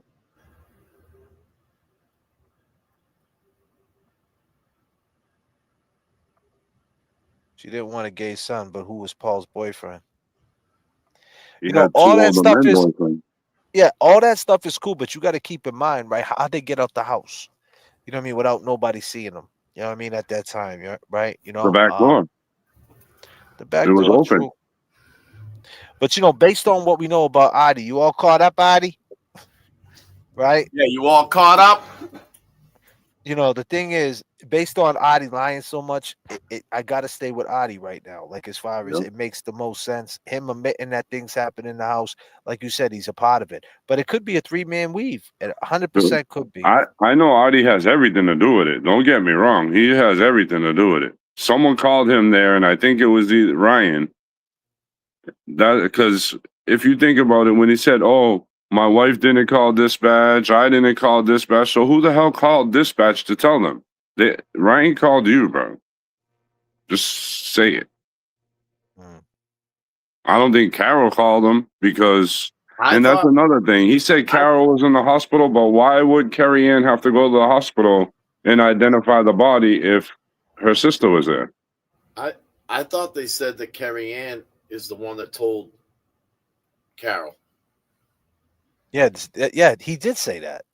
He said that. Said that Carrie Ann. Artie said that. Yeah, must have been Carrie Ann. Yeah, he said no. He said that on a lot in the chat. Yeah, he said Carrie Ann told Carol, and then Margot Nash flipped out and said Carrie Ann didn't even live there. Exactly. Yeah, that's what he says. Adi's word is that it was Carrie Ann. But someone called Carrie Ann to tell her to go ID the body. Exactly. I mean, that was part of his little rant. But if Carrie Ann called Carol, then who called Carrie Ann? It doesn't make sense, because if Carrie Ann called Carol, then she knew about it. But if someone called Carrie Ann to go ID the body, then it doesn't sound like she knew about it. I don't know. That's weird to me. It don't make sense. I think they would automatically call Carrie Ann because she's the oldest sibling, and she would probably be like next of kin in that household. You know what I mean? That's what I was thinking too. But if her sister's there, regardless if I think she knew what had happened prior, she would still get called there for the legal purposes of identifying, you know what I mean, and getting, yes, that's, Janet Downing.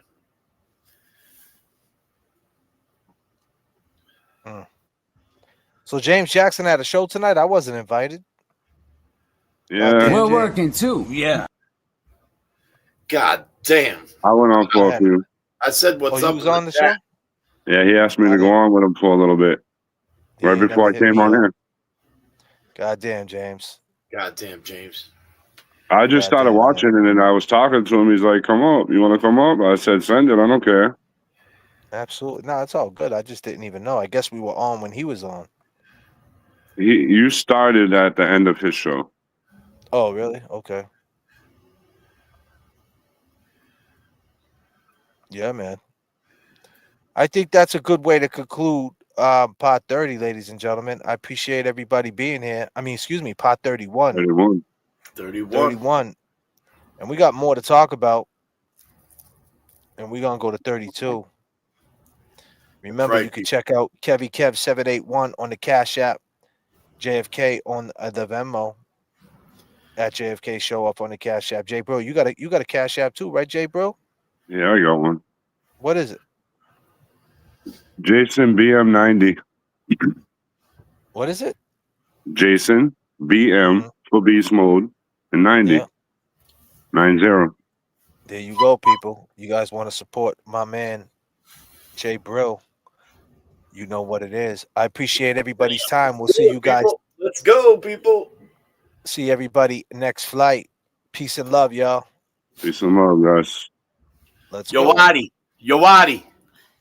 Keep your notifications on, buddy. Keep your fucking notifications on.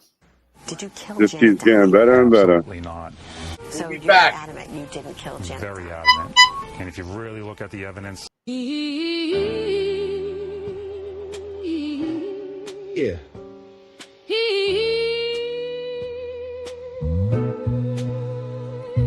Yo. Summer of 1995, hot night in July. Why did Janet have to die? This is the story of Eddie, Commonwealth of Massachusetts. The system is petty, juvenile law and politics so deadly. 15 years old, known as Big Lovable Teddy. Janet Downing, 42 years old, what's the motive? Killed in her home, young mother devoted. Eddie went in the house, the door was open. She was on the kitchen floor, laying there frozen. Eddie claims this was not what he planned to see. A man with a mask grabbed him. Be quiet. I will kill your whole family. Eddie left the house, ran up the street. Around the corner, washed up in the bathroom at Burger King. Janet was stabbed multiple times. Rest in peace. It was a gruesome murder scene. I agree. Eddie went to his work, said he got jumped, but never said a thing. What? About Janet lying there lifeless, his friend's mother from across the street. Shh, he was in the house. But Janet had a brother-in-law she kicked out for selling drugs. Said if anything ever happened to her, it's him you bring up. The night of the murder, he showed up, was acting suspicious in the front yard. Gina in Virginia says he was looking for his keys. It was humid and muggy, but we were showered and neat. He was a cab driver looking for his key, looking for a key to one of the cabs in the fleet. Yes. How did he know something happened on that street? Eddie says he is innocent, and the cab driver did it. Who do you believe? Believe. DNA under Janet's fingernail, unidentified. Come on. This is the story of Eddie, 15 years old. Life in prison. This is the story of Janet, life taken and stolen. For no reason. July 1995. 30 years ago, why she have to die? 15 years old, locked in a cage of murder that he always denied. Let's go. Summer of 95. Life goes by. Welcome to the stream, long gamers. Peace and love. La la la.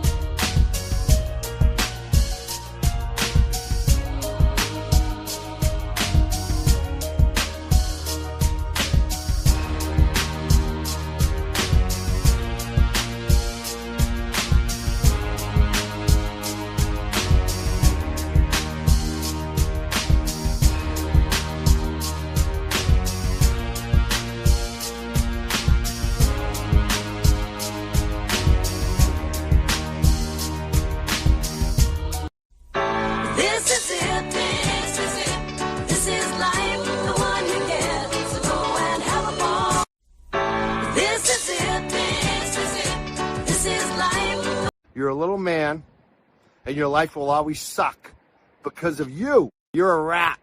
And you're not ruining my life, because my life is still fucking good. Right. Unlike yours.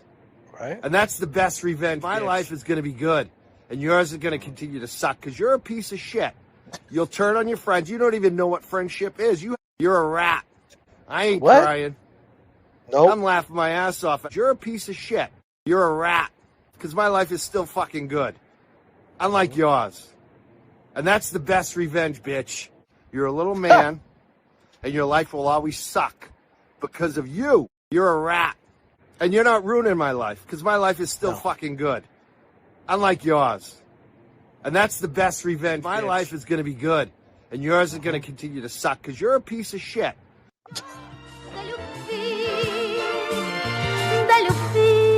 Let's go! We all gotta live, all gotta die, all gotta give, all gotta thrive. You should love yourself first, adapt to survive. Life could be worse, are you satisfied? Someone say to stop, I just pray you flop. I'm gonna make it hot and hit the top spot. Started from the ground, call it ground. Yeah, you are not around, so come around with me and put this game on my back and feed the pups. Put you on paper, have you in the cups. And dirty will have you back in the cut. New man status, like what the f? Static on the beat, Barber on the chorus. Trying to double up like that kid Marcus Morris. The game filled with glamour and all the fortune. She got 2 kids, what about the abortion? Facebook timeline, homie, you goofy. The Fetty killing everyone, the world is spooky. Deadbeats, wanna be left alone, life of chaos. Mixed with methadone, the game grimy. Like shit in the stall, ICE agents. Watch you slip and fall, was a good kid.